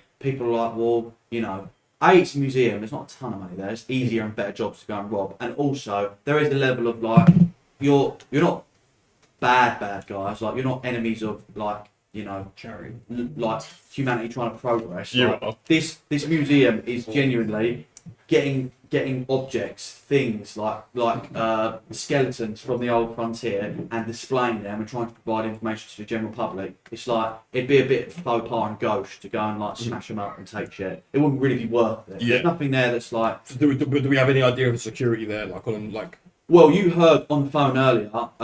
they're getting ready for the. Molly picked up the phone to Dr. Freeman and was like, "You've got 6 or however many of you are special guests coming for a private tour tonight." Oh, because I called in a favour. You don't know why she has a favour or what the favour is. Put the phone down. definitely fucked him. dude, she's so Please don't fucking turn. mysterious. You don't know. Right. So I guess you guys are. We need to Not go. Molly, though. That's the thing. That's why we hired her. No, we don't know the place. Right, let's just go to the museum. The museum's right out the city, though. Yeah. The museum's right by The museum is on the outskirts. Of, We got- It's about a 40-minute horse ride away. Right, So you have time. You have. Not if you cast haste on me. We'll get there in 10. Can we say we've had a short rest? I'm gonna say you can have a long. You've been in your room for a good Do we need to hour and a half to 2 hours. Like, I could do with May if as well. anyone wants to stay there long rested right now, I'll absolutely let you do that. Okay, that would be lovely. Let me gain back some help. Cool. Almost got Let it me back. get And I'm all gonna. of my spells back. So with my armor stuff, I can change it out on a short rest between the 3 types. So I'm gonna pick my dreadnought armor now. I wasn't infiltrated with all my stealthy ones. I'm gonna have the dreadnought one now. Sick. Yak's gonna wake and bake. I think that's just a given.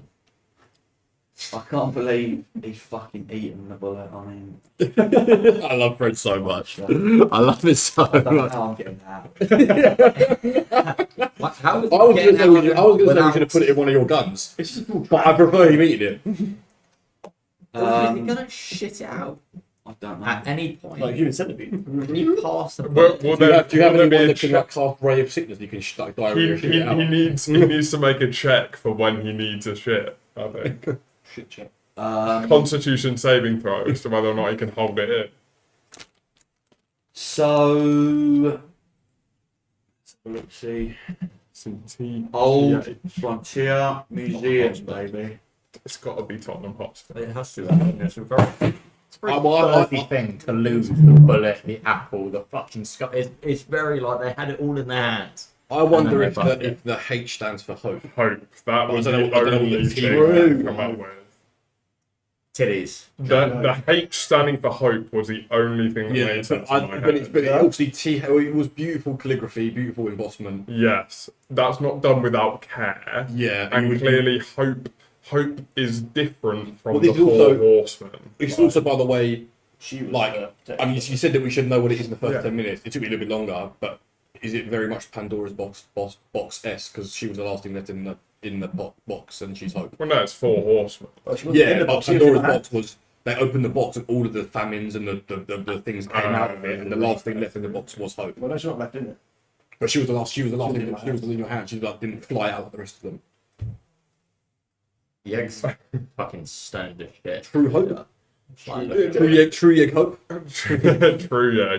Bring it back from fucking From Avernus. No, I don't know what the T is. I don't and think can't we should spend lots of time trying to get. make- two No, letters. because we've shown how bad we are at that. yeah, but- and you are notoriously stupid. That too. Yeah. Yeah. Hope You is don't the. remember Lucky Jack, dude? We went to his funeral. Well, I got, We went to this guy's funeral and I got told that I don't remember him whatsoever. You never met him on a. How did you meet didn't have a Lucky Jack? rapport. Can you tell us the story? I'd know who he was. You have a I baseline level of I remember how Oh, we you met, have- yeah. but the story No, goes he's not that he's a Right, gunslinger, okay. I'm a gunslinger. But Yeg knew it. We were kind of Yeah, like Competitive rivals. It's like you don't know, and like you know, we were like, like a friendly Vulnerability, rival. no backstory Yeah. whatsoever. And, I've been shagged it. I don't know if it'll come up. If it comes up, Cheers. you know, that's Fair. Got absolutely shagged. you've long rested, by the way. All spells back. All right. You guys On our We horses. got to head Oh, yeah. to the. mount up. I'm on Blackjack, And who I won in the game of skedaddle. poker. I fucking whistle for you. This is now like coming up to like 8:30, like 8:30 at night. So city's bustling, but it's easy under the guise of night to slip back out the city. Whatever Sheriff Shank was doing earlier, he'll have come back by now and be somewhere in the city where you vacate pretty easily and are making your way on a good 40-minute horse ride back out of the main New Money City itself and across to the museum. He was super horny android, not super Super horny android. He was horny. Super horny android who nearly kills. He never With the permanent, like, clavicular Yeah. smile and jawline. Yeah. Yeah. Cool. Yeah. All right. So yeah, we ride out. There's no way there's something deeper to the super horny android, surely.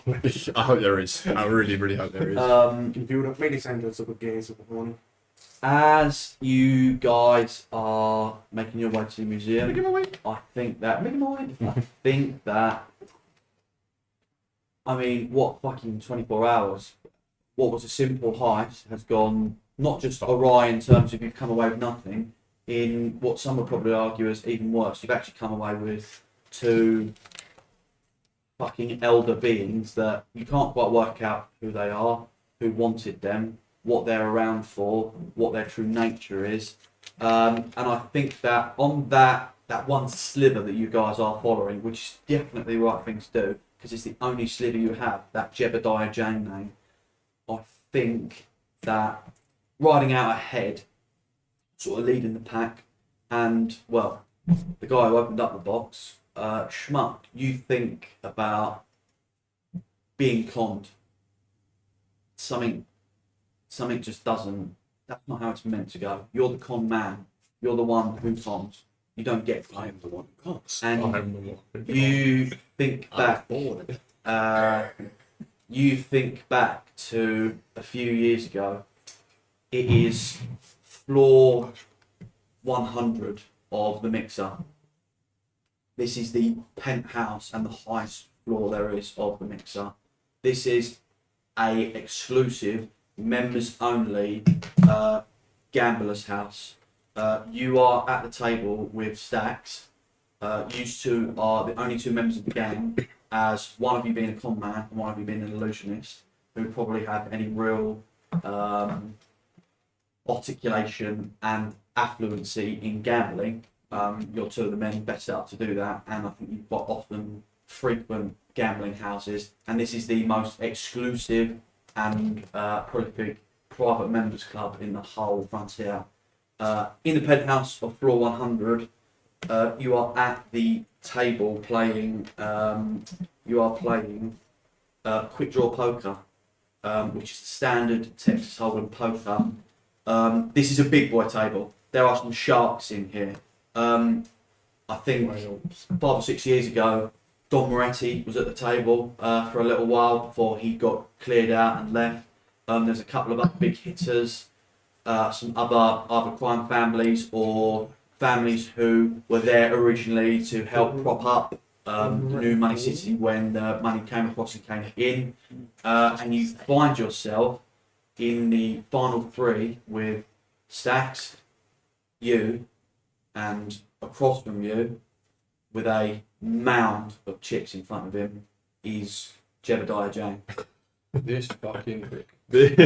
Guy. He's fucking everywhere. You see the way the table has gone. The croupier, who is this kind of younger, he's like a younger human gentleman, sort of got like cropped black hair that's cut in a very neat like middle part down the side. Is shuffling the cards through and going, right, gentlemen, you know the score. It's down to the final three, so the quick draw element is in play. Man at the table with the most chips, which I do believe is Mr. Jang. If he calls quick draw, we'd go with the quick draw. And you see that Jang has a fucking treasure chest of like chips in front of him. He's cleaned a lot of the people at the table out. He's not said too much. He seems to have been enjoying, like he's been smoking a cigar throughout the evening. He's only been drinking water, and you see he's got like a couple of, not maybe necessarily attendants with him, but like some people who know him, have seen him, and are giving him a little bit of special treatment. And it's used to left. You see the dealer pulls out the final deck, starts dishing out cards, 2 each, and as he goes to put down the 3 cards in the middle, you see Jebediah put a hand up and say, well, now's as good a time as ever. Let's do it, lads. Quick draw. And he puts a huge hand out and shoves all of his chips into the middle and calls all in on a quick draw. And you would know a quick draw is whatever 2 cards you have in front of you, you're playing with. So whoever has the best 2 cards in front of them is going to go for broke here. So he's pushed all in and it's called quick draw. I'm gonna look at Aaron and be like, fucking go all in here, put everything in. You have your own man in front of you as well. I'll put everything in. You both call? Yeah. You both shove all in. There's like a gathering crowd coming around as well now.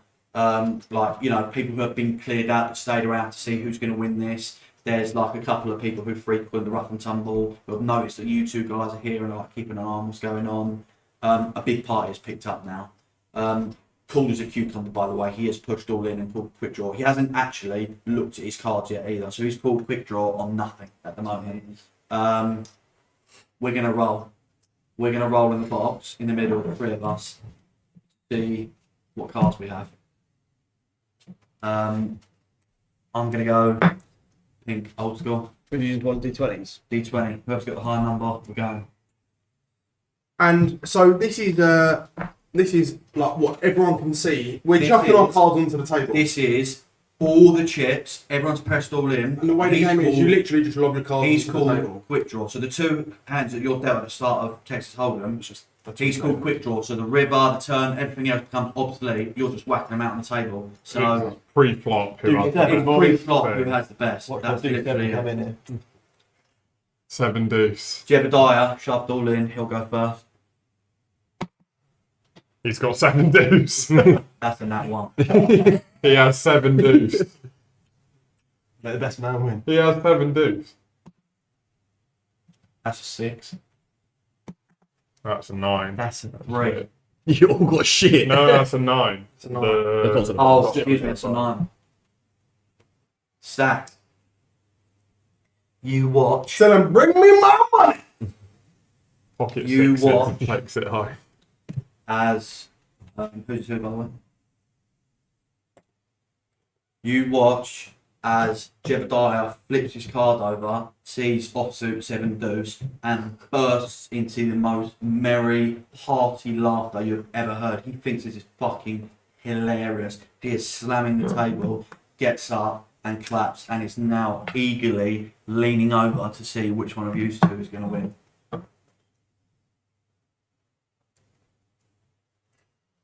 Would you get a 3? It's like Re-roll, shouldn't they? Pocket Huh? deuce. You flip over, King deuce. double eights. Come on. Not bad, not the best, not the worst. At this point, your other gang member is in it to win it, so, you know, you've cleaned out the only guy who you would really suffer losing to, and we see Stacks. You flip over. By the way, there are several people that are near you that are watching to see if you're casting illusion or not. Like, you have built a reputation in this place. Like, the clean out so that good you cast had. I was going to Yeah, say, I was you were waiting so for ready you to to- cast the I'll make the slight hand as well. If it didn't work, if The clean outs that you have had on the other floor, like you would know coming up here, there are fucking arcane marshals walking around everywhere to make sure you're not fucking about.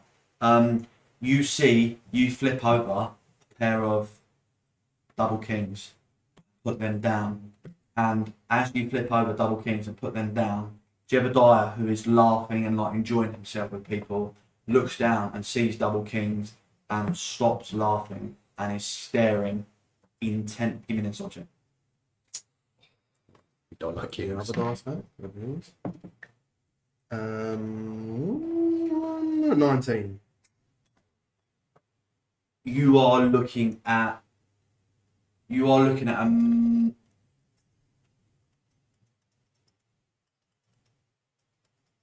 you are looking at a tiger that has just seen a deer enter its den. You have just seen a man so hungry for something see a pair of kings on the table, and something in him changes completely. Like something in his demeanour, something in his mannerism, something in his state of mind changes completely. And you watch him hone in. Like the room has now, like, there are people, like someone shoots a bottle of champagne over your head, all the croupes and the chips get shoved over to you. Like, I think you used to, like, embrace or whatever. Like, this is a big fucking, when you just clean out the top floor, he hasn't even looked at either of you two. He is just staring at those kings. And you see a man who is telling a story to himself by looking at those kings. We'll pick up one of those There's chips more of a and map. flick it at him. There's more of a metaphor to what he's looking at. And as you flick a chip, it hits him on the Kind of chest, like Jet. and he's sort of like, I can't help but like Jet. he kind of like wakes back up, looks down at the chip, picks it up, sort of looks in his hand for a long time, considers it, scrunches his hand around it, puts his hand out and goes, Stacks, the better man on the day, one mate. Well played. Well played. And he pockets your chip and walks away. We are back. We are back in the desert. You are approaching the museum. It is late at night. The museum probably shuts at like 4 or 5 o'clock, so there is no one here. There is a light on the front of the porch. It's a fucking huge structure as well. Like out in the desert, you've got the room to build what you want. So this is a building that is probably more.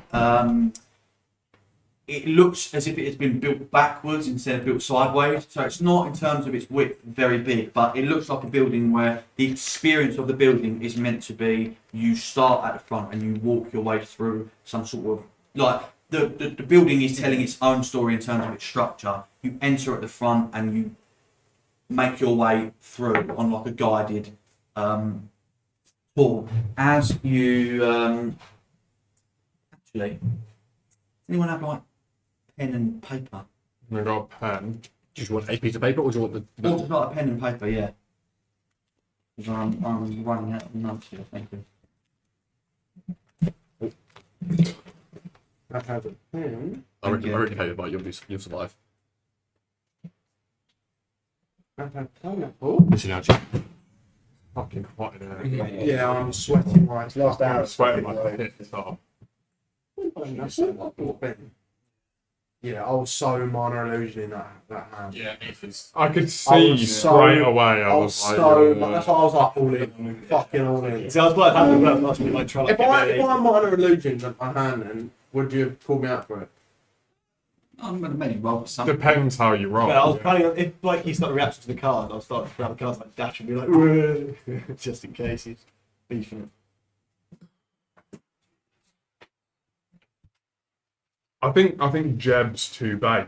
I can't lie. I genuinely lie. don't believe this Jeb bloke is like A bad the, guy. like, the fucking. I fucking hate this Jeb. No, see, Hell yeah, I think That's my burden to business. Jeb's too bait, and everything he Innit? does, I'm like, I feel like he's like the puppet. well, I'm also like, you know what? He sounds alright. This Like, is what I'm saying. I think he's okay. I generally think he might be a puppet. He must. Everything's pointing towards him, but then everything he does, I'm like, oh, you know what? You're right. Like, Yeah.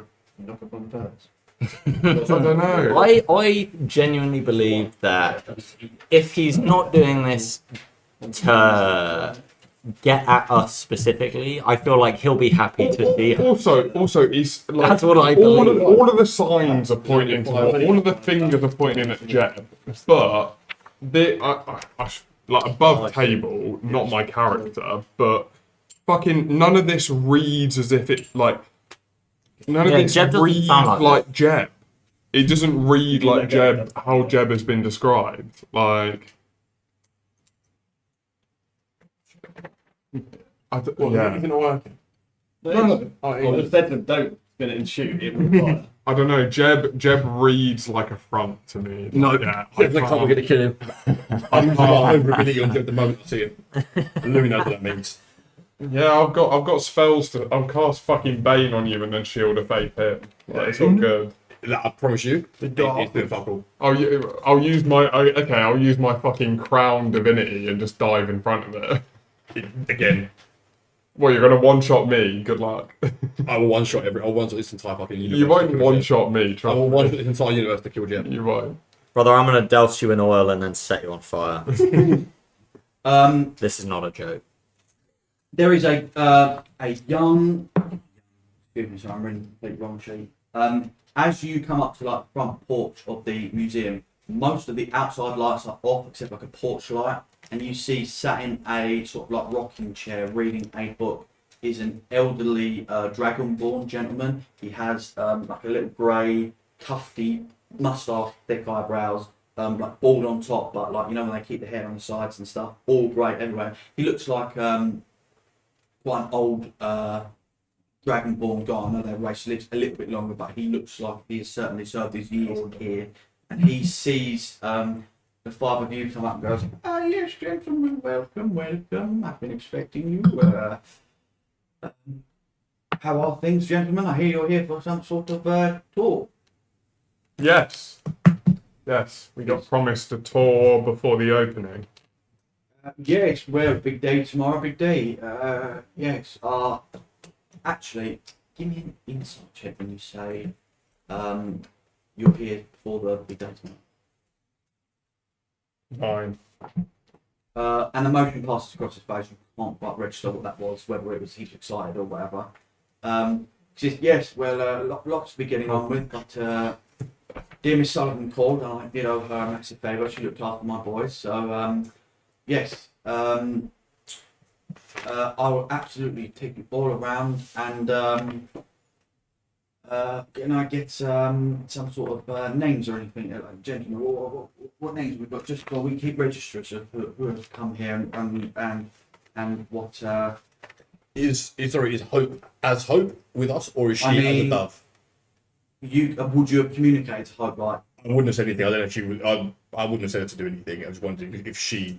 Hope is there. Hope is You can see he shoots her like a fucking properly booty, like. She's still bright blue. Like, genuinely, who no, are she's you? got right, but she's glowing. But he, you know, he's too polite to be like, what the fuck's her deal? So he's kind of like looking at her, but then looking at you guys like, well, it's just me here this evening. So, well, for now anyway, Mr. Jan will be by. Greg, within the next couple of hours to help prepare the latest wing that is being opened. I'm not entirely sure if you're allowed that there, but you see, he kind of stops.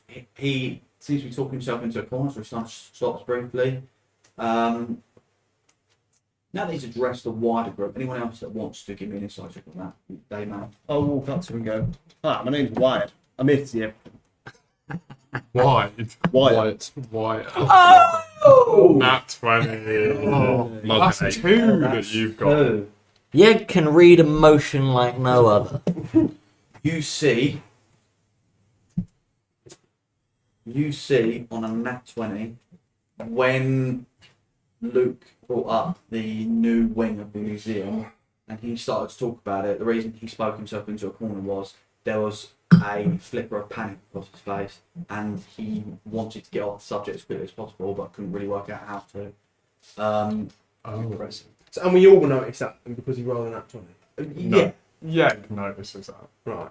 Yeah, notices it. If he wants to share, it's absolutely welcome to. But you notice on an I would insight share check- it. Give us a little stare. We're like, You notice on an insight check- One of them ones where it's like on a nat 20, he was speaking with such pride and fervour. Like, I'm going to show you on a private tour around the Old Frontier Museum. That's clearly, but apparently with a new wing being opened, separated to wings. And as soon as the old blood wing came up, the idea that this brand new wing, like you might see it, you saw a flicker of like panic come across his face, and not panic as in like he's panicking for himself. He's the idea of speaking about that or bringing it up was like shit. No, get off that subject. immediately. Okay. I'll give my name first and I'll say I'm Trigor Freebor and this is Virginia No more. No More, pointing to Hope. Junior. Anybody else, gentlemen? I'm Yegor Freebor. Thank you very much. Cole. I won't give a surname. As everyone, What is your my name is Whitebeard. Stackwood. Whitebeard. Whitebeard. I'll be here. yes. I'm lying and saying my name's Wyatt. You see, he's been scrawling on this page now for some time. Not taking all your names and stuff. On a nat 20 as well, writing off that minute ago. He had all that old blood stuff. You see, he said Mr. Jang as well. And again, like he sort of shifted his weight on his feet a little bit. It's almost as if like subconsciously to be like on the words Mr. Jang. And you see, he said, "Okay, gentlemen. Well, if you could just let me know if I've spelled all your names correctly there. I mean, it would be a very simple tour. I'll just take you through. It's a very free-flowing tour. It walks as a experience should do. Yes, everyone's name's spelled correctly. Yes. Yeah. Yes, yeah, that's Too easy. perfect. Thank you, gentlemen. Right this way then, and he guides you into the front door. Yeg's sweating bullets. You enter huge room, open span, roofed still, but this is the front entrance and the Hall of History written across a huge banner. This is the Hall of History. You can already see like his description of this is meant to be an experiences. You're meant to walk into this hall, walk around the room, see what you see, and then go into the next room, which will be another hall of whatever, and then your experience will be guided like that, like when you go into a natural history museum and you start at like 0 BC and work your way through. Like this is the sort of theme of the museum. Now, Okay, this could be entirely pointless, but I'm going to go out entirely on a limb. I'm going to cast See Invisibility on myself. Non-concentration, it lasts an hour. I can see invisible creatures and objects as if they're visible and can see into the ethereal plane. Not sure if that's relevant, wicked. but I'm going to do that on myself. Based off that, I'm on edge immediately. I'm going to have my aura protection on everyone. I'm going to keep them close by, and I'm going to cast that on myself. Wicked. for now, entering this room, nothing pings on you. Yeah, like, yeah, nothing, yeah. There was no ambush. There's nothing hidden per se. Can I Um, also like? I'm not going to say anything. The book you just wrote our names in. I'm just going to kind of like take it, not like take it off of him, but just put my hand on it, like, look it in the eyes, to be like, give me the book. he gives you a look, like, what are you doing? I just want to see if you spell my name. He lets go. I'm going to look in the book, see if I recognise any names. What he wrote? Did you see what he wrote on it? Yeah. Yeah, but like that is the you Yeah. write that Give in me a a- book of like names, didn't you? Surely, like Give me an The logbook. investigation. like a logbook. Yeah, you Give me wrote an that on the investigation logbook. check. Give me an investigation check. From the fact that he wrote that, he can't be logging everything so specifically that it will be checked or anything. 29. Sorry, what? You see that He's the joke. this is pretty standard as it gets. Like, it is just I need to a go to Skill Monkey for the next one shot. honestly. Screws away better than anything else. Yeah. you see that like it is a pretty regular like comings and goings. It gets a lot of visitors. It turns over a lot in the day.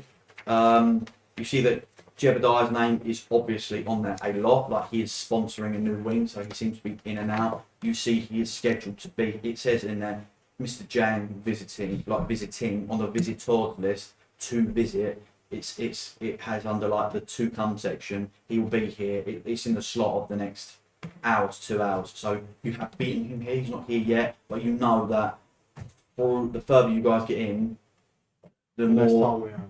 well you're going to More learn. likely he's going to be there. You're now going to learn him. Like, if he was here, what you're going to learn him here would have been fucking well difficult. Without him here, this is going to be a lot easier. But you now have the time to learn things and then get the jump on them, kind of thing. That's all you really see. Nothing too bulky stands out. Right. As we are in this room, every single person here is now going to roll an investigation check on the comings and goings of this room, and everyone's going to tell me what they're looking for and what kind of information they want to know. I rolled a 25. I am looking for any information on the old blood. I rolled a 26. Get good. I'm looking for whatever arcane means they're using to listen in on us.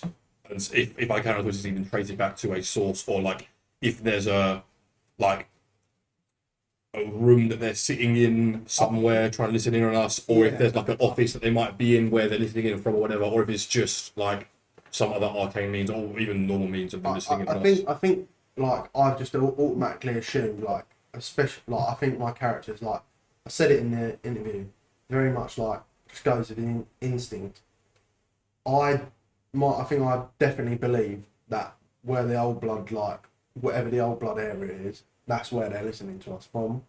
So that's where I want to beeline it to. Cool. Okay. I've got 16, and I'm much more looking for people in the shadows, like a flash of light, like in the corners and like dark corners of the place. Is there a movement? Is there another person in there? Well, like the old frontier. I rolled a 6, so I'm just like anything that Well, sticks. You're looking at Yeah, everything. I know what you're going to get to. Don't worry. Perfect. amazing. I rolled a 3 Okay. after everything. To be honest with you, I'm probably not paying attention to anything because I'm aware everyone else is a lot smarter than me, barring if my see invisibility pings off. Perfect. There is a full experience in here. This is a room where information is meant to be given to you. So you guys are going to pick up the information that is meant to be given to you. Right? There are full. Yeah. There are full. Interactive TV. Right. So we got a. What do we got up here? 26, 25, 16. And you're looking for. Old blood. I'm looking for where they're listening from. Aaron's looking for anyone hiding in the anything in the shadows.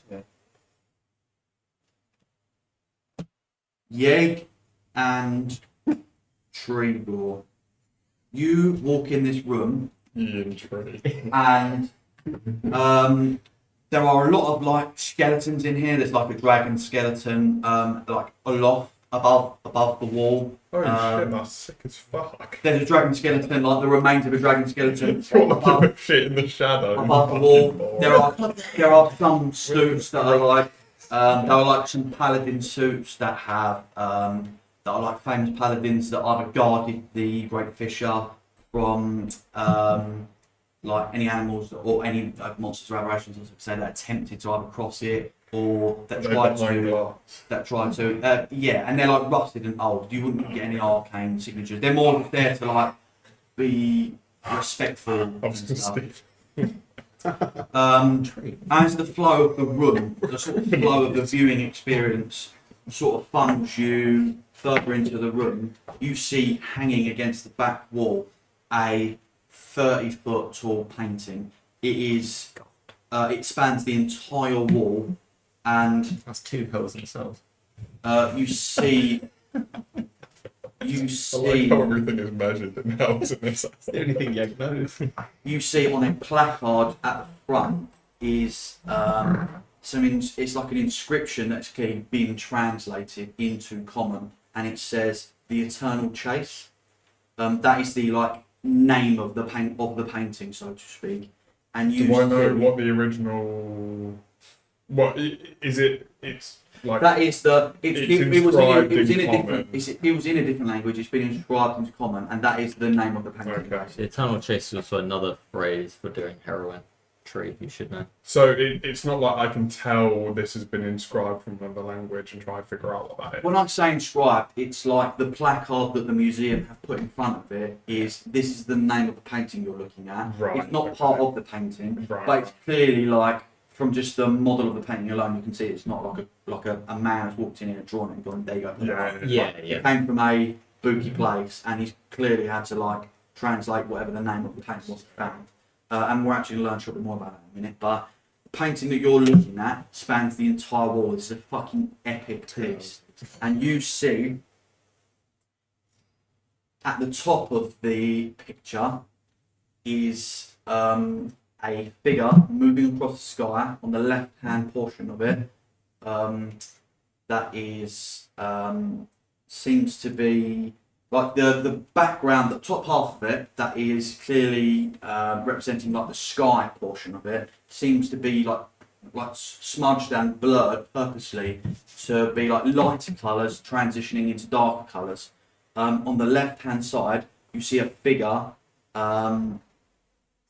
riding a chariot on the left hand side of the painting. Resplendent blue, riding in front of the chariot, and on the other portion, on the same sort of scaled level, so in this top half of the painting, that's what's taking up the left-hand side of it, this resplendent blue figure guiding a chariot across this like blurred background that's transitioning from light across into dark.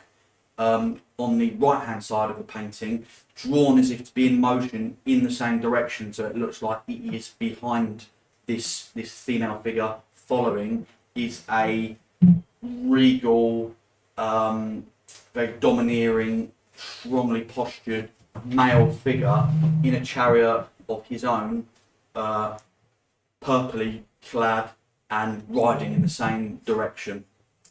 That is what is taking up the front half, the front top, section, I should say. And you see underneath that, which as the painting becomes lower, you see depictions of like land, moats of water, hills, pathways, etc., etc.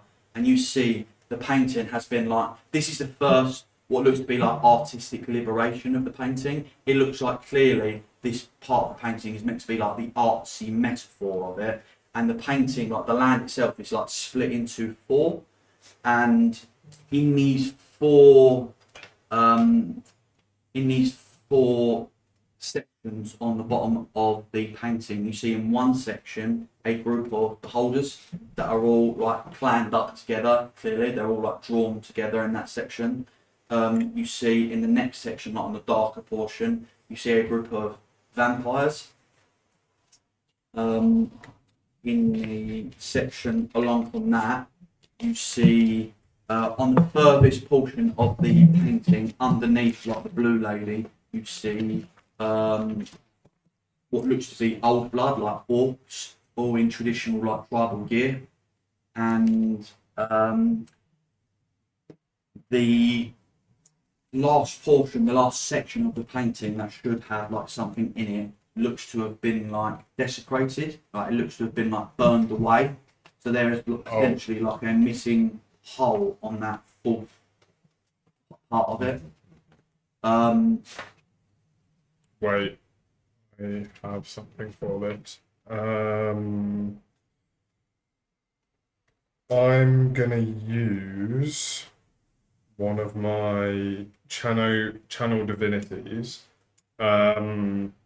Once I'm within 60 feet of something, I can basically detect the presence of / figure out things about something that has been desecrated. So it uses example with the Hallow spell, but it says an object that has been consecrated or desecrated. Perfect. Can I read it and I'll absolutely give you some sort of informational answer. Channel divinity. The channel divinity just down from the middle. Divine sense, or Yes, it's a divine sense. I'll pop one of that.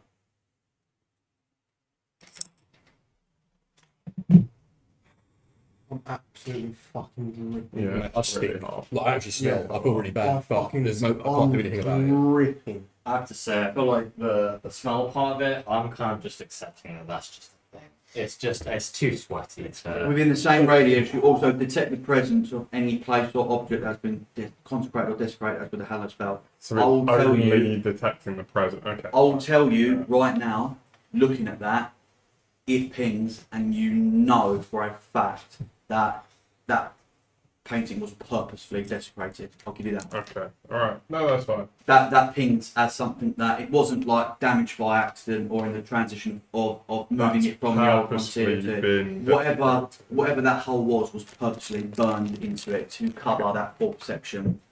And it's not to say that those four sections are like in and amongst that. It looks like there are like other like traditional D&D monsters in there. There are things like myconids there, like fungi people throughout the land. But the main sort of four sections, like I said, are vampires, dragons, the old blood or the orcs, and then this fourth burned out section. And you see Dr. Freeman comes over and says, you've seen our pièce de résistance, as it may be. This was excavated many years ago. This is what depicted as the eternal chase. Tintaglia being chased by Apostle. Again, the we names. had that earlier. The eternal chase. When was that? That was literally This is the name of the painting. You just Yeah, start and then I said it was like her. Can I ask what happened? What was at the bottom? names to ten? He said, the eternal chase, the depiction of Tintaglia being chased by Hephaestus. And you said, you asked him, Can I ask what happened at the bottom there? I've asked myself the same question. We've had a few people in to try and cast mending cantrips and cast spells in it to try and get a bit of restorative work. That is what we are best known for here, a bit of restorative work. It arrived like this, and no matter what we do, we can't seem to get it back. I don't know whether it was found this way, or if unfortunately in the transition process across from the old to the new frontier that it was damaged. But to my knowledge, this is how the picture is stayed. Luckily, it holds a lot of its grandeur and its ambience anyway with the damage. But Of course. yes, but we hold this in the middle of the room because it helps people get a sort of sense of how the tribes of the old frontier used to live. whoever depicted the split factions down the bottom half of the painting was actually very clever in the way that they did it. It seems that for other information that you might see or learn about here in the museum, that the creatures of the old frontier were very tribal. They made up of 4 main factions, as you can well see in the photo: dragons, orcs, vampires, and whatever this burned up section is. It appears to be that they had some sort of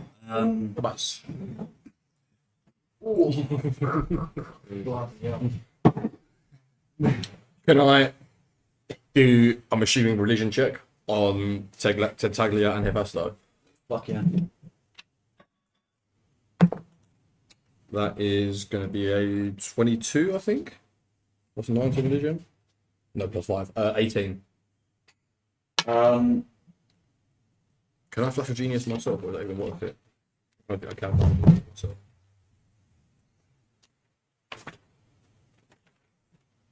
Oh, I can do it. I'm going to flash a genius because I haven't done it yet. And fuck it, why not? So it's actually a 23. Sick. Trying to see if there's any more information on the painting that you guys need to have. Yeah, he says like what might actually be seen as like a bit of artistic like liberty is actually a great communication tool for like showing that we believe, like taking a bit of an educated guess, that actually the land in the old frontier was actually, whether it was agreed upon, whether it just naturally ended up that way, whether these creatures meant to be split into factions or not, but it looks like they shared four pieces of land between them. These factions split up as they were. You rolled a 22 religion. You so that's these two. Fred, you were looking at what? Sorry. Old blood. On a 22 religion, and Fred's old blood check from earlier, which was pretty high as well, wasn't it? 25. You guys walk over to a section that is on the other side of the wall. That is like a glass. It's got a massive glass case, and inside it are a series of like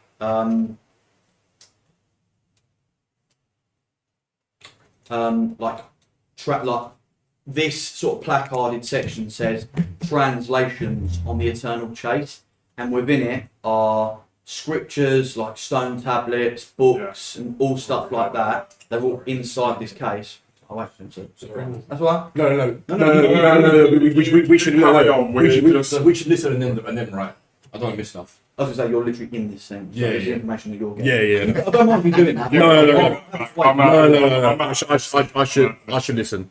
I'm excited. Like in this case which is again like the placard says translations on the eternal chase, is you see Dr. Freeman has sort of like again split the case up into 4. There is a vampiric section where there's like scripts and like scriptures, and you can see that he has translated like vampiric script and language and translated into common. And basically, he has managed to rescue like parts of passages and bits of like words and stuff.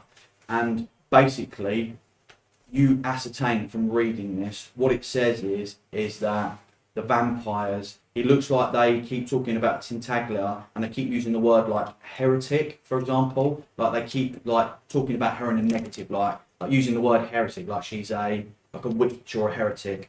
And they talk about like rightfully being like they talk about like being rightfully happy that she is being chased by Hephasto. That's what you see reading the vampiric scriptures section. Reading the dragon, this looks like stone tablets. Like So for some reason I had beholders vampires. Was it not beholders with dragons? I just completely misheard. No, so like sorry, I meant to say beholders were like a group of They were like intermediary. They weren't in one were of the an 4 quadrants. intermediary, yeah. It was vampire. It was It's on vampires. the purple side was vampires and dragons, and the blue side was orcs and then something else. It wasn't necessarily split between like blue and purple. It was more the ground split up into 4. Yeah. There was like a burned out section, and then there was vampires, Dragons, dragons, Orcs. and the old blood, the orcs. the orcs, and then there's something, and then the full section was burnt away. Yeah, vampires, dragons, orcs, and then burned away. Burned away section, cool.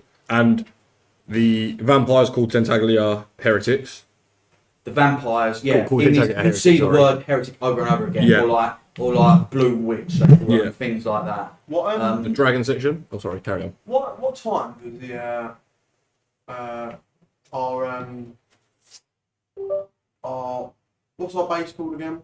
Rough and tumble. What time does that open? It's open 24 hours a day. The only reason I say that is because you said when Jeb comes really early, You did Yeah. say that person there. first one in. So I did say it was first one, yeah. yeah, so because we start back, we would know roughly like when the first person, like on an average, A great comes question. That's such a good. Because I see where he's going. in. When would that have been? What time roughly would that have been? Like on an average 9 o'clock in the morning. in the morning. Yeah. Right, okay. He's like the first arrival. I said he of was the that first day. one there. Yeah. He turned up. He turned up, the first one there in the morning, and asked specifically, "Can I see the Virginia, please?" Yeah. Mhm. Okay.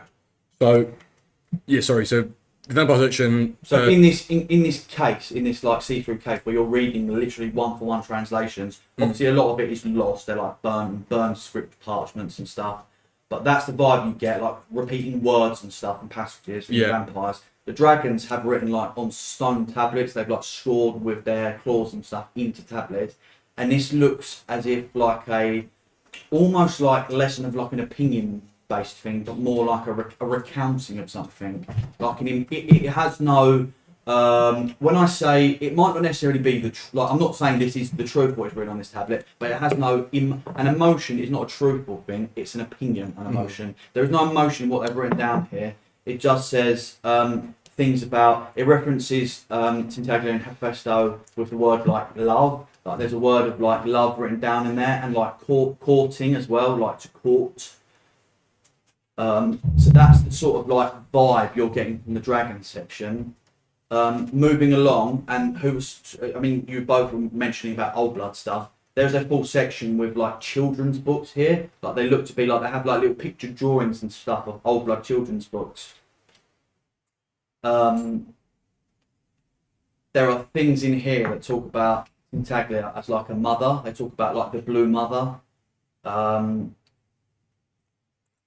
a 22 religion, you would know that the orcs pray to Tintaglia. You would know that that's their religious deity.